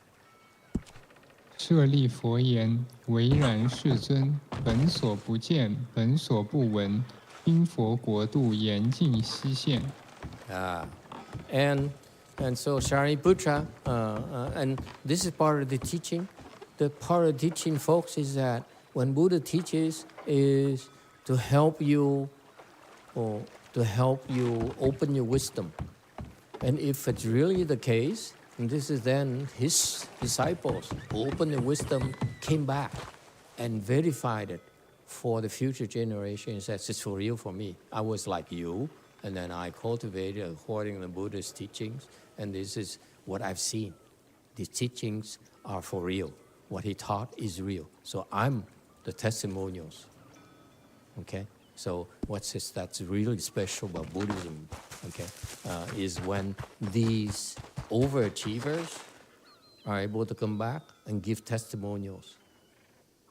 Okay? It helps develop faith for low-level people and newcomers. And so Shariputra is number one in wisdom in the Buddha's sound hearer disciples. Okay? He has the highest level of wisdom. He says, I never saw this before. I didn't know, okay, because this Vimalakirti Sutra is the next level up. Okay? The Agama teachings, the Hinayana teachings, or some people call it elders' teaching or Theravada teachings and so forth, they basically do not have this kind of teaching. Vimalakirti is next level up. Vaipulya, and serpent teaching and perfect teachings and so forth. And therefore, Shariputra, who became a sage, a small sage, because of the Hinayana teaching, he said, wow, I learned a lot of things and you taught me before, but this is new, and this is something I never heard before.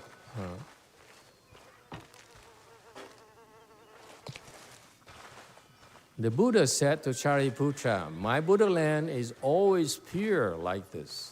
Hello? 佛语舍利佛，我佛国度常净若此。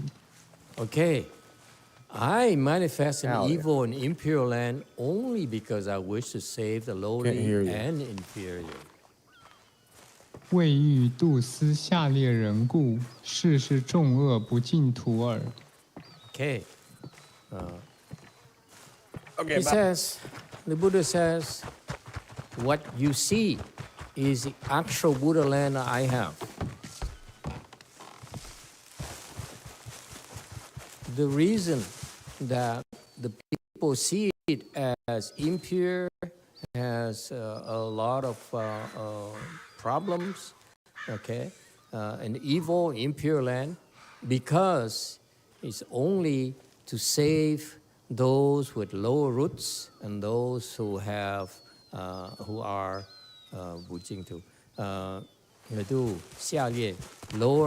lower class and inferior, lower roots and inferior levels of living beings, okay? Because if he didn't, who will? This is like how the gods all eat from the same jewel vessel, but the food appears differently depending on the merit and virtue. 譬如诸天共宝气时，随其福德，泛色有异。 And so he says, up there in the heavens, the gods, they can eat from the same jewel vessel. They serve food in jewel vessel. However, to each individual god, the food appears differently depending on their level of blessing. The same food served, but the god perceives them differently. It's the same thing in our case here, okay? Meaning that ultimately we see a lot of suffering, we see a lot of filth, a lot of impurities because of our karmic retributions. However, people who are low levels, who are more advanced, who are more virtuous, see the Pure Land. All right, go ahead, Wei Mountain. Thank you, Master. So I just want to make sure I'm getting this right. The official position from the Buddha is the reason to create impure land is to save lowly and inferior beings. Yeah. Okay. And so since we're here, that would be us. Correct.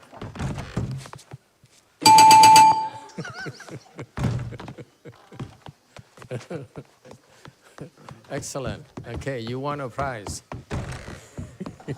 Congratulations, and give you a diploma, a certificate. You're lowly and inferior.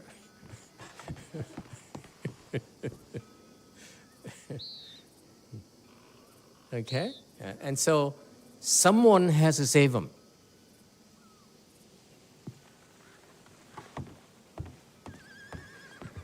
You know, if you go to the Pure Land, it's for the people who have a lot of blessings. That's why I keep on telling people it's not that easy to go to the Pure Land. Okay, it takes a long, long time before you can go to the Pure Land. Okay, but at least you will eventually. But for us, the reason we're here is because we have a lot of karmic obstructions. Okay, and that's why we cannot see the world as it really is, this Buddha land as it really is. And so this is a magical thing about it, okay? That is, this Buddha land is actually a pure land, but because we are so ikya that we see it as impure. And despair not, okay? So the Buddha says, it's impure, but the advantage of being in the impure land is that you'll be able to cultivate and make progress a lot faster than in a pure land. Okay? So if you're in a impure land like this, and all you do is indulge yourself and create more evil karmas, you will just get what you deserve in the future. No one is above it. Okay? Buddha is coming back here. He did a lot of evil deeds. He suffers, just the rest of us, just like the rest of us. Okay? But if you, given the difficulties, and you fast, and you do things according to the teachings, you receive training, and you work hard, and study hard, and practice hard, you will make progress a lot faster than in a pure land. So much faster. So there's pros and cons and everything. Okay, I hope that someday I have my own Buddha land. I hope you too will.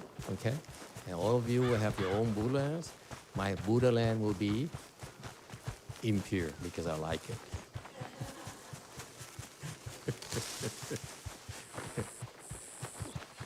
All right. In the same way, Shariputra, a person whose mind is pure will see this land as adorned with merit and virtue. 如是舍利佛，若人心净，便见此地功德庄严。 Now the Buddha reveals that that actually it's impure because your mind is impure.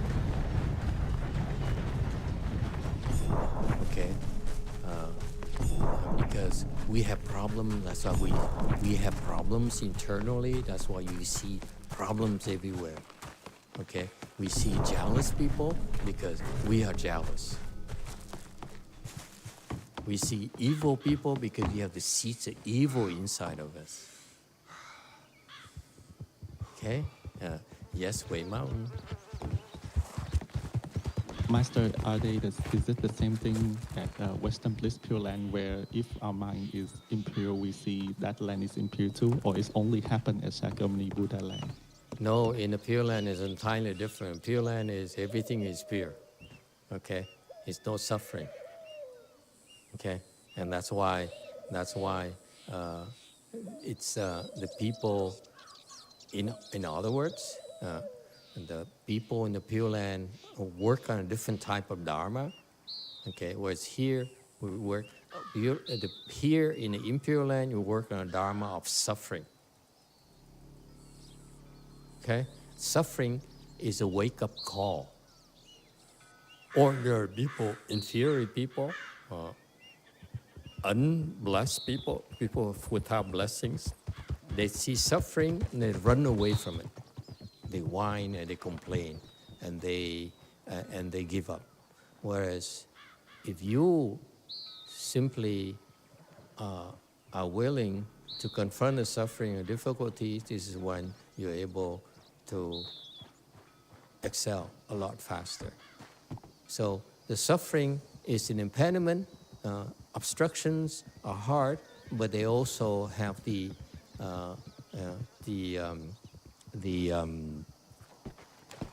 consequence of helping you progress faster. You see, it's just like, remember the pendulum I talked about?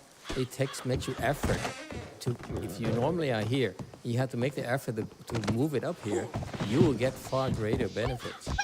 Okay, it's hard work here.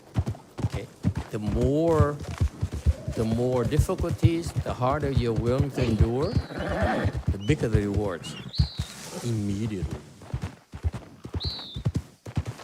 If you endure, your level of endurance is this much of the suffering, and somehow you push yourself, like so many of you are willing to do. That's my horse. As soon you endure more suffering, the rewards immediately arrive this much. It's just that you are whining, so used to whining, and say, I hate it, I hate it, I hate this. But actually, the rewards, the blessings are immediate. Okay? But then you have to need time for your body to adjust and get the chance to eat more so that you begin to see the difference. All right?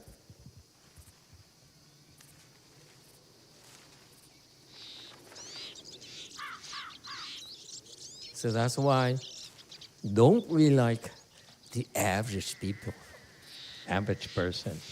As soon as suffering in my temple, say, oh, this is too much. I have to run away. This is too much. Master is unfair. This is unreasonable.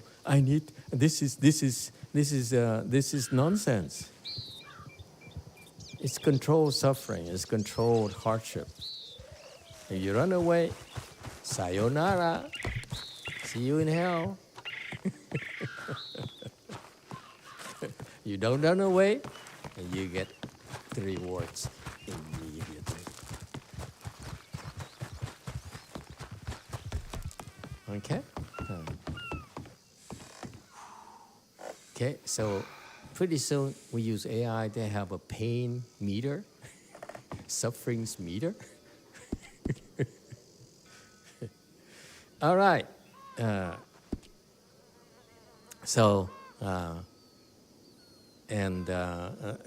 Master Teacher explains a lot, but he said more scholarly. I should explain to you that right there, the pendulum concept right there. I assure you, when you undergo this hard training, and the more you endure, be careful. There's so much you can take. That's part of the training. You overdo it, you break your body. You break your mind. So there's a certain methodology behind it. Okay, you need guidance because it's the way that the obstructions are so convoluted so difficult that you need guidance. You're willing to follow the instructions and endure the difficult process, your reward is immediate, folks. That's what's fascinating about this. Okay? And for all of you who's been with me for a long time, I've been enduring your whining and your bitching and your moaning and your complaining all these years. Continue. I know you never change. Okay. Okay, again, so Machu Picchu is fantastic. It's these slides, 923, 922, 921, and so forth, is a lot more advanced, okay? It doesn't matter, okay? This, what I'm teaching you, is much more important for our era, for our land, for our group, okay? But he's talking about the theories and principles behind it, and quite advanced, okay? And it's talking about residues, meaning still light and so forth. Okay, any questions? You can read it. Yeah. I think sometimes too much. Yeah. Any questions? Okay. When the Buddha manifested the adornments in the purity of his land, 当佛现此国度严禁之时， okay, when he was doing that, okay, Baoji and the 500 elders' all sons attained the patience and non-production of dharmas. 宝鸡所降500长者子，皆得无生法忍。 Okay. Okay. Look at this. Okay. Imagine 500 young men. They're young, younger than you. Most of you are old. Young men, you know. Imagine these young men here are really have a lot of blessings. They're young. They're born to the elders' family. The elders meaning they're very wealthy, very rich, very respected, very honored. Next section, next chapter, we go into the elders, giving more details about the elders and so forth. What's an elder and so forth. Okay, and so these young men here, they came and they offered to the Buddha. Each one of them brought a jewel canopy to offer to the Buddha. 500 of them. Okay, so they made an offering, and Buddha was so impressed that he said, he looked at their heart, all these 500 young men, and said, you are really so sincere. Okay, and so that's why he showed off, and when he showed off, these 5 young men were so impressed. And because this is why Buddhists never waste their time. They never try to impress you unless it's good for you. Okay? Unlike some of you who constantly are trying to impress others, it's not good for you. Okay? Hello? Hello? Buddhists, when they try to impress others, it's good for us. Hello? Remember that. Hello? Okay? Yeah, when you try to impress others, careful, girls. Okay? Okay? Yeah.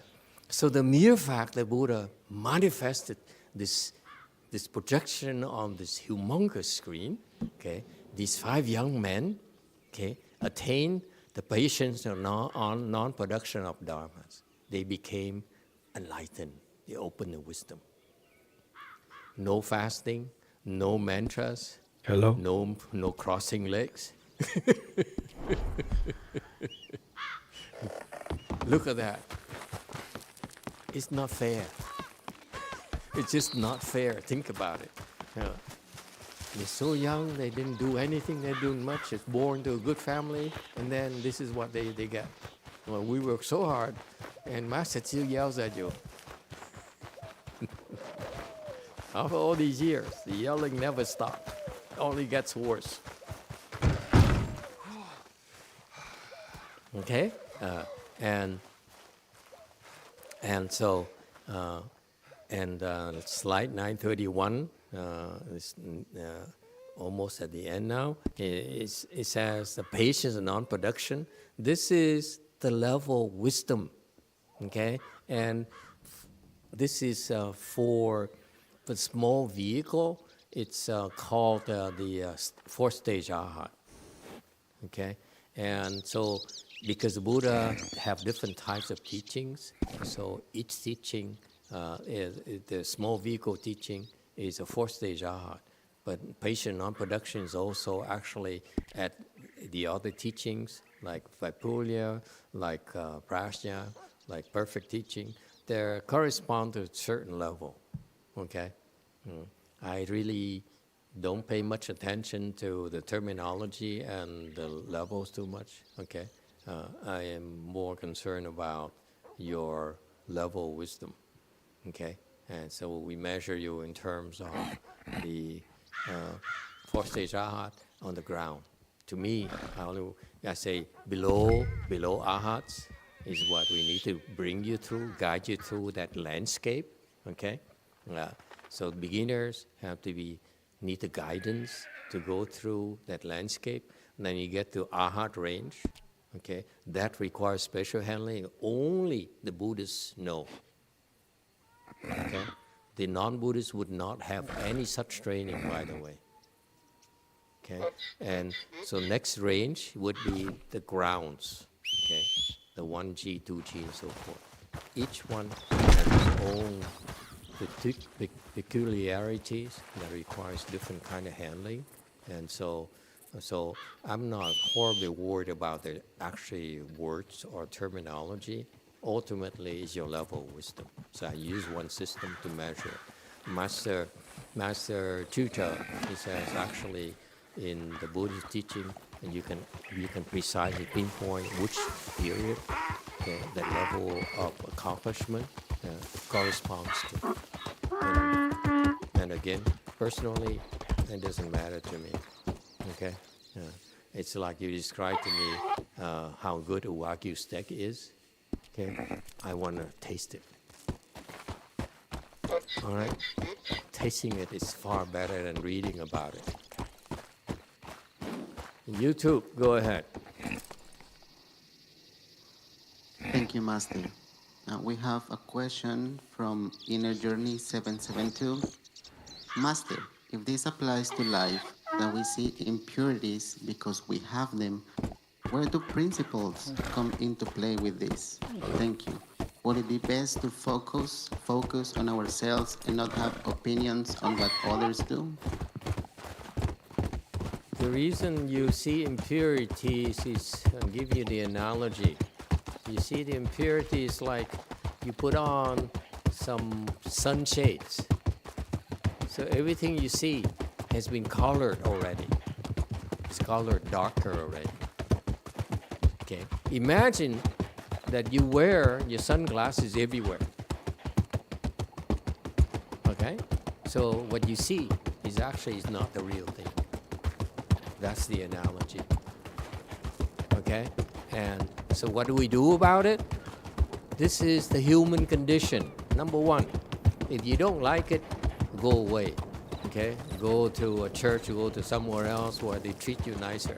They tell you how wonderful you are, how beautiful you are, how much you deserve to be successful, how much you are loved and appreciated. Okay? We tell you who you are. Because if you continue to wear these sunglasses, you never can really see that clearly, and therefore you're depriving yourself of appreciating life as it really is. Okay, you only want to live, to hear, to see things with the rosy glasses or dark glasses, but you don't want to see the real deal. Okay, it's like You give me a piece of steak, again, excuse my analogy of meat, okay? And I give you a beautiful Wagyu piece of steak, and you said, I want to put some MSG on top of it because I know how it's gonna taste like. Good, yeah. Okay, you see, it's so silly if you do that. And this is what inferior people who do not have enough blessings, that's what they insist upon. And it's not a criticism, it's not being derogatory. This is the way it is. We as teachers, we as people who try to reveal the facts for you, try to help you, make it a mission in our lives to help people live happier lives, live more meaningful lives. Okay?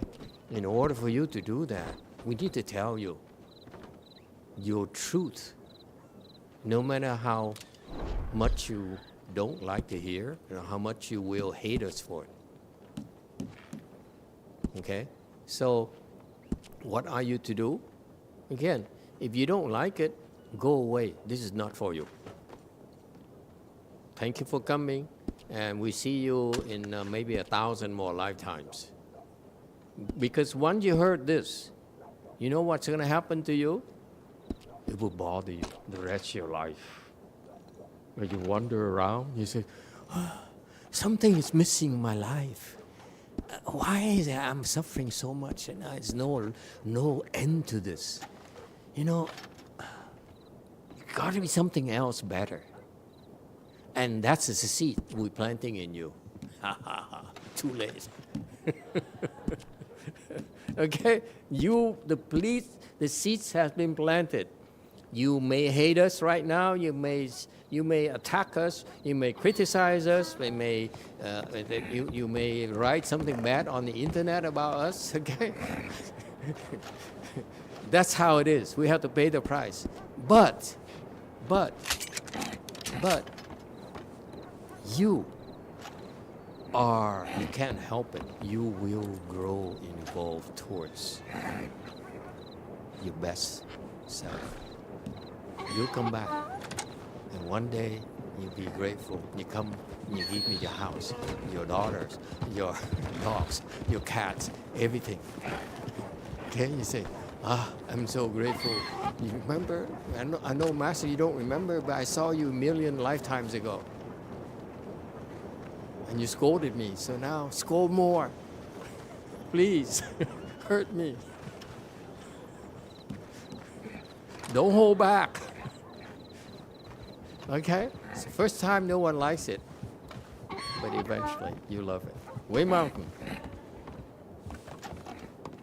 Master, on slide 920, a person whose mind is pure, what does pure mind mean here? Does it mean a mind without discrimination? The mind is pure here. I'm glad you asked the question. Okay, feel free. Okay, there's a lot of different levels in this commentary slides. That sometimes I'm lazy. I look at you and say, no, I don't want to go to this advanced level.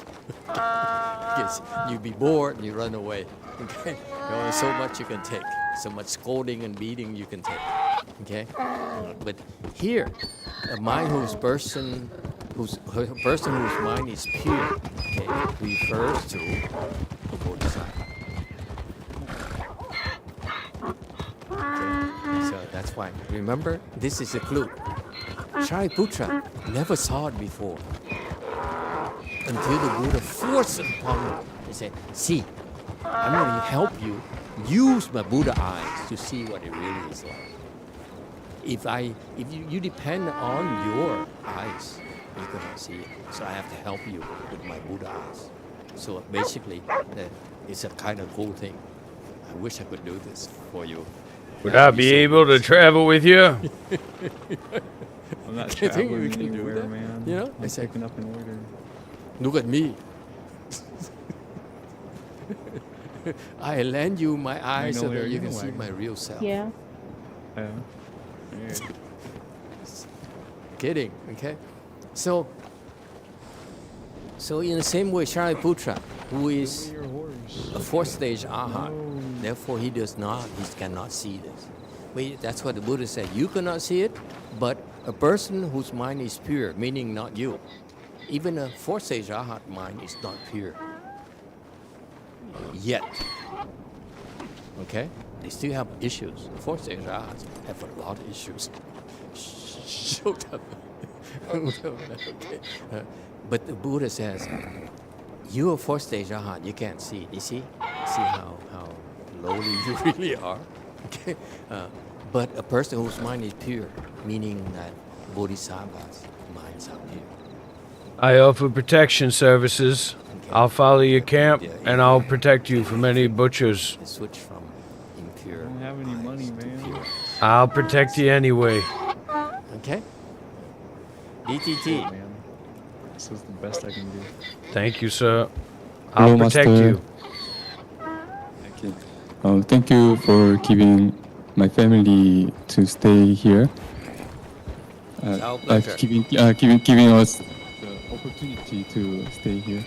I'm here for 3 days, and the rooms and food are very good, and my family are very comfortable with it. So thank you all the SNIMs and communities. What's your name, and man? thank you all. And I have two My questions. name is Barnaby Hoshwallow. And first question is, I'm worried about it will be the turning point for my family, I hope. But I'm worried about them that lose faith or stop cultivating. So what can I do for them to keep continue the cultivate? And second question is my father thing, and my father cultivate alone without good knowing advisor. He is doing bowing and meditate by his way. But recently he goes to Tongdosa in Busan, and he attend morning ceremony, but he doesn't like to make a conversation with SNIMs. So he doesn't want to listen to the Dharma. So that's my worry. So how can I help him? Can I meditate with him, or how can I help him? That's my questions. Okay, very good. A minute. Okay. No. Your dad is a very special man. He bred I can't go in it at all anymore. very good kids.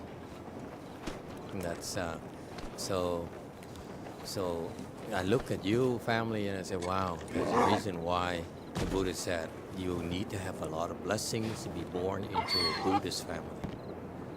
And if your father cultivates, see how it affects the entire family. I want you to see this. It's such a nice thing to see. So we're glad that you chose to come, and we're happy to meet with all of you and talk to you, from the young ones to all the way up, and it's enjoyable. So it's our pleasure. Okay. So please come back anytime. As far as your two questions are concerned, number one, two is the same answer. The bars are You worry too much. Okay? Cultivation, the way we teach you, is focus on yourself and embrace others. Okay? Do not try to change them. Why not? Because of something called respect. We need to respect everyone as they are. If you choose cultivate a non-Buddhist Dharma, we still respect you. We don't look down upon you at all. Okay? We mean well, but we want good things to happen to you. We hope good things to happen to you. Okay? However, You like whiskey, man? However, I sure as hell do. respect Thank you very Even much. if you're a demon, I still respect you. Okay? And so if we need to respect Thank demons, you. then if the people who are cultivating, whether it's Hinayana, whether it's Tibetan, whether it's whatever, okay, the respect is still there. So respect meaning that we have to respect what they want to do, what's important to them. We have to respect it. It's their life. Fundamentally, if they want to do this, they want to cultivate, fine. They want to run away, fine. It's not a problem. Okay? Want to go to somewhere else to cultivate, no problem. Okay? Whatever you want to do, okay, we embrace it. And do not try to change people. So I look at your questions as two questions as how do I help them? The answer is very simple. Two things. Blessings. Give them blessings. Do not force feed them. Okay? Just give them blessings. And the blessing will take care of them. I tell you that because I have blessings. This is why when I went to my master's temples, they could not stir me in the wrong direction. They could not stir me into Hinayana Mahayana. I call it Hinayana Mahayana, meaning that in the midst of Mahayana teaching of Master Shenhua, they only attain Hinayana. Okay? If I stayed there, okay, I would have been only able to go as far as Hinayana Mahayana. I said, no, this is not for me. So I'm teaching you is Mahayana Mahayana. Okay? It's because of my blessings. A lot of things happen, good and bad, whatever. It doesn't matter. But ultimately, the best protection for you, the best guidance for you is your good roots, your blessings. Okay? That's the best protection. That's the best guidance. Without that, even if you meet Master Shenhua, you meet the Buddha, you still cannot do much. Buddhas cannot help everyone.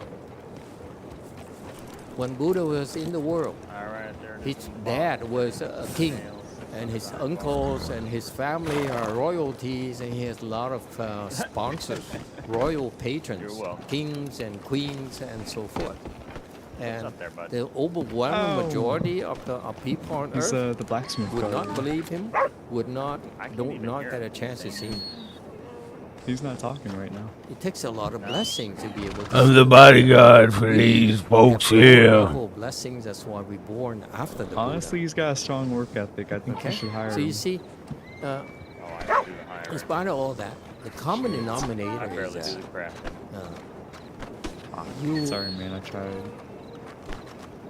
Give me something for my real time, at protection least. is your blessings. I did. I gave you whiskey. Not you. I'm talking to Mr. Top Hat. Keep your mouth shut. So, you want to help them? Help them. You're doing it already. You help them create more blessings. Here you give go. them more blessings. I'll pay for what him. you do. Thank you. Not just blessings, but what you're giving them. Okay, from your work and your cultivation and temple. That's just blessing. It's Mahayana blessings. All right? And so, number one is blessings.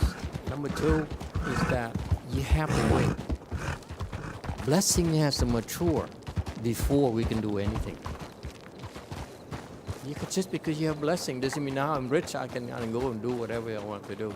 No, blessings is that next level is that you have blessings, but if these are good blessings, therefore your karmas has to be good karmas for these blessings to mature, these good roots to mature. If you have a lot of good blessings, great blessings, but you choose to do evil, those blessings will not mature. Only evil blessings mature. And this is what people are not taught. We have a bunch of good roots and evil roots.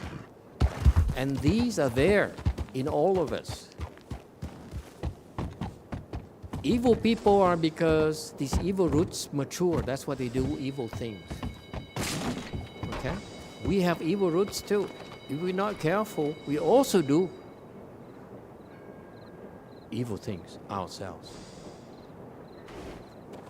I may train you to have a lot of good roots, but deep down your heart, you're evil, you will do evil things. You will abandon the goodness. Nothing I can do. We'll do our part, we're done. Okay? You give it the good roots, you have to choose. If you choose evil, I still respect you. That's what you tell your ex-wife. Never mind. Okay? So how you help them? Your nephews there. You help them, your family, by serving as a good example of goodness. Okay? Because they need to see you being a good person, being a good role model for them to say, that's what I like. Your boys, they like good people. Okay? And that's what they're going to aspire to be. That's why I taught the mom, you have to be a good person. You have to, stop nagging. Go ahead, boy. Number one boy.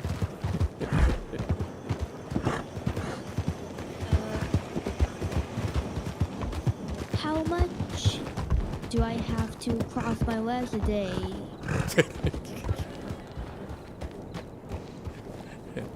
You should cross your legs as long as your mom tells you to.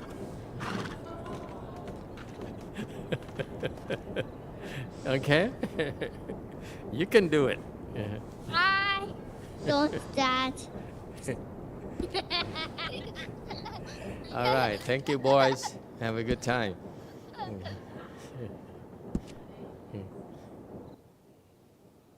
You see, this is what I like about you. The children who come here, they look so happy and so forth. The majority, almost all of them look happy and so forth because of the kindness in your heart. I love it. Children respond very well to the kindness in your heart.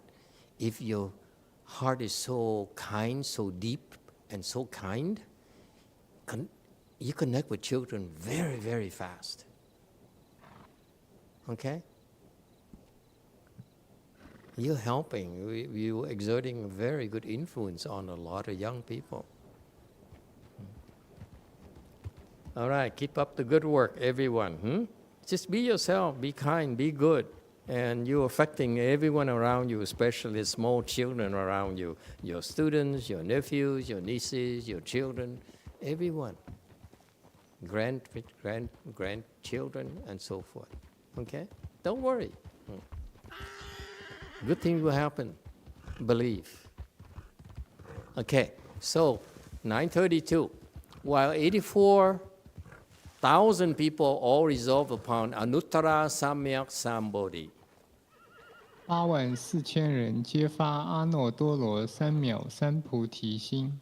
And so in the assembly, a lot of people were there because many of them came because they heard that the kings came and they came to take a look at how the king is dressed and his crowns and his jewels and so forth. So these people, there are a lot of people who were there.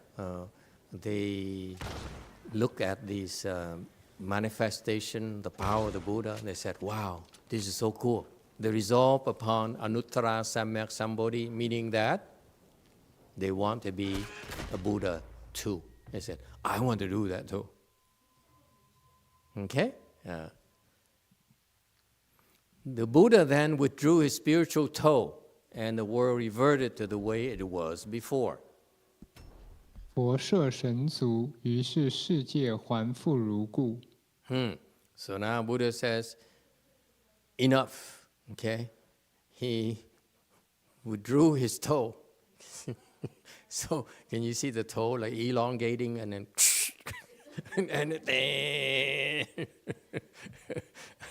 and instantaneously, and the world became horrible. Way Mountain. Thank you, Master. Apologies, I think I missed it, but where was the Buddha's toe before? was it the toe was inside his Gucci shoes. His disciple would never let him wear anything but Gucci shoes or Ferragamo, I don't know, one of the two. When the Buddha goes to the office, Ferragamo shoes. When he goes to the restaurant, it's Gucci shoes. And his wife was wearing Strada shoes. Never mind. Okay, so it was. It's a cool thing. Buddha does things strange. He's wearing Gucci shoes, and then he's people, you can see the toe sticking out, going to the Gucci shoes and touching the ground, and boom, and then it goes back. Okay, I hope it helps. And so he says, this is who you are. Okay, if you see the impurity, because most of you are very naughty people. Okay, and 32,000 gods and humans who sought the Sravaka vehicle understood the impermanence of all conditioned dharmas. 求生闻圣32000天级人，知有为法皆悉无常。Okay. At that time, there were 32,000 gods and humans. A lot of gods and humans. We're talking about people who are superior. When we talk about gods and humans here, gods are superior. They are the rulers of human realm, meaning they have so many blessings. They have a much better life than us. They have much better amenities. They live in palaces. They have a lot of servants and so forth, attendants and so forth. Unlike us, we have to do everything. We have to, after eating lunch, we stand up, we have to wash dishes. And if not, Liam will yell at you. Remember that? Okay. Or when we eat at lunch at WMT, and Xian Tung is the chef, he says, you cannot make comments about the food. Because if you do, she will butt heads with you. Okay? Things like that. So these beings, they are gods and humans here. So the gods are the beings who have a lot of blessings. Their life, they have it made, if you will. You know, they don't have to be like our people who have to do a lot of stupid things to become a trillionaire. And then the fortune, goes up and down. It's a matter of days, same day. One day you're trillion, next day you just half a billion left. Okay? The gods, they are multi-quadrillionaires. Okay? And they get there because they do good things. These trillionaires or rich people who do it at the back of people suffering, they will fall. Really? Okay. When I say these things, I know I will remain poor the rest of my life. I don't know. I will be blacklisted. Okay? So these 32,000, there's a lot of gods and humans there. So superior humans, these humans are very rich humans. They are the cream of the cream, the elite humans. What is the next level? This is the point I need to stress for you. These people who are advanced, who have blessings, okay? They don't want to be richer. They don't want to be a God ruler. What do they want to be? The next challenge for them, the next thing that's meaningful for them is to become an arhat. Think about it. If you have the blessings, that's what you will grope for, aim for. Okay? Yeah. Go ahead, JC. Hello, Master. 안녕하세요. 안녕하세요. So I have a question. So how can we create blessings for others? So is it okay to transfer? Is it okay to residing transference for others or something else? So would you elaborate more about it, how to create for others who don't practice the Mahayana? Okay, you don't practice Mahayana like the prior gentleman asked by his dad going to a Korean temple.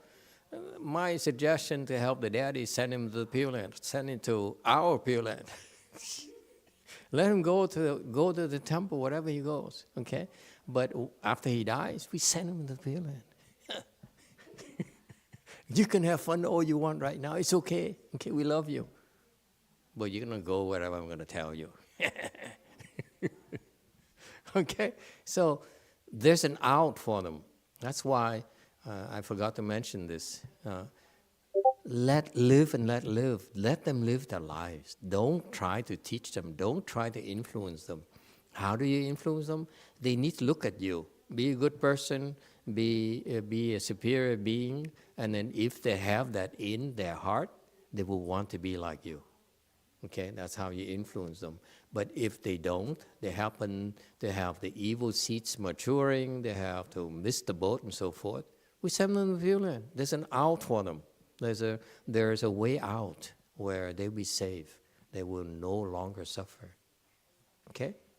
So relax. You know, they screw up and they do stupid things, okay? Make sure that you don't piss me off, that's all. Okay, how do you give blessing to others? That's what we do. We cultivate and we do a transference. We give blessings to them. Simple as that. Okay. If you, but remember, we give blessings, but don't think, so you've been giving blessings to us for 20 years now. What happened to my blessings? How come it's still like this? Because you were a bad person. You're a naughty girl. Okay? Your good blessing cannot mature because you're a naughty person. Okay? We give them. They are receiving blessings, but because the conditions are not ripe yet for them to benefit from these blessings. Okay? All right. Who do you want to help, by the way? Anyone who we should know?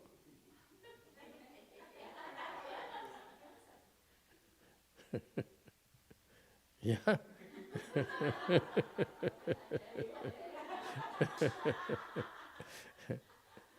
You see, I want you to know that, okay, live your life, have no fear. Do the right things. Help your son, help your husband, help your friends, whatever. Be a good person, okay? And don't try to impose your will on them. Because ultimately, you have the final call, okay? Because no matter what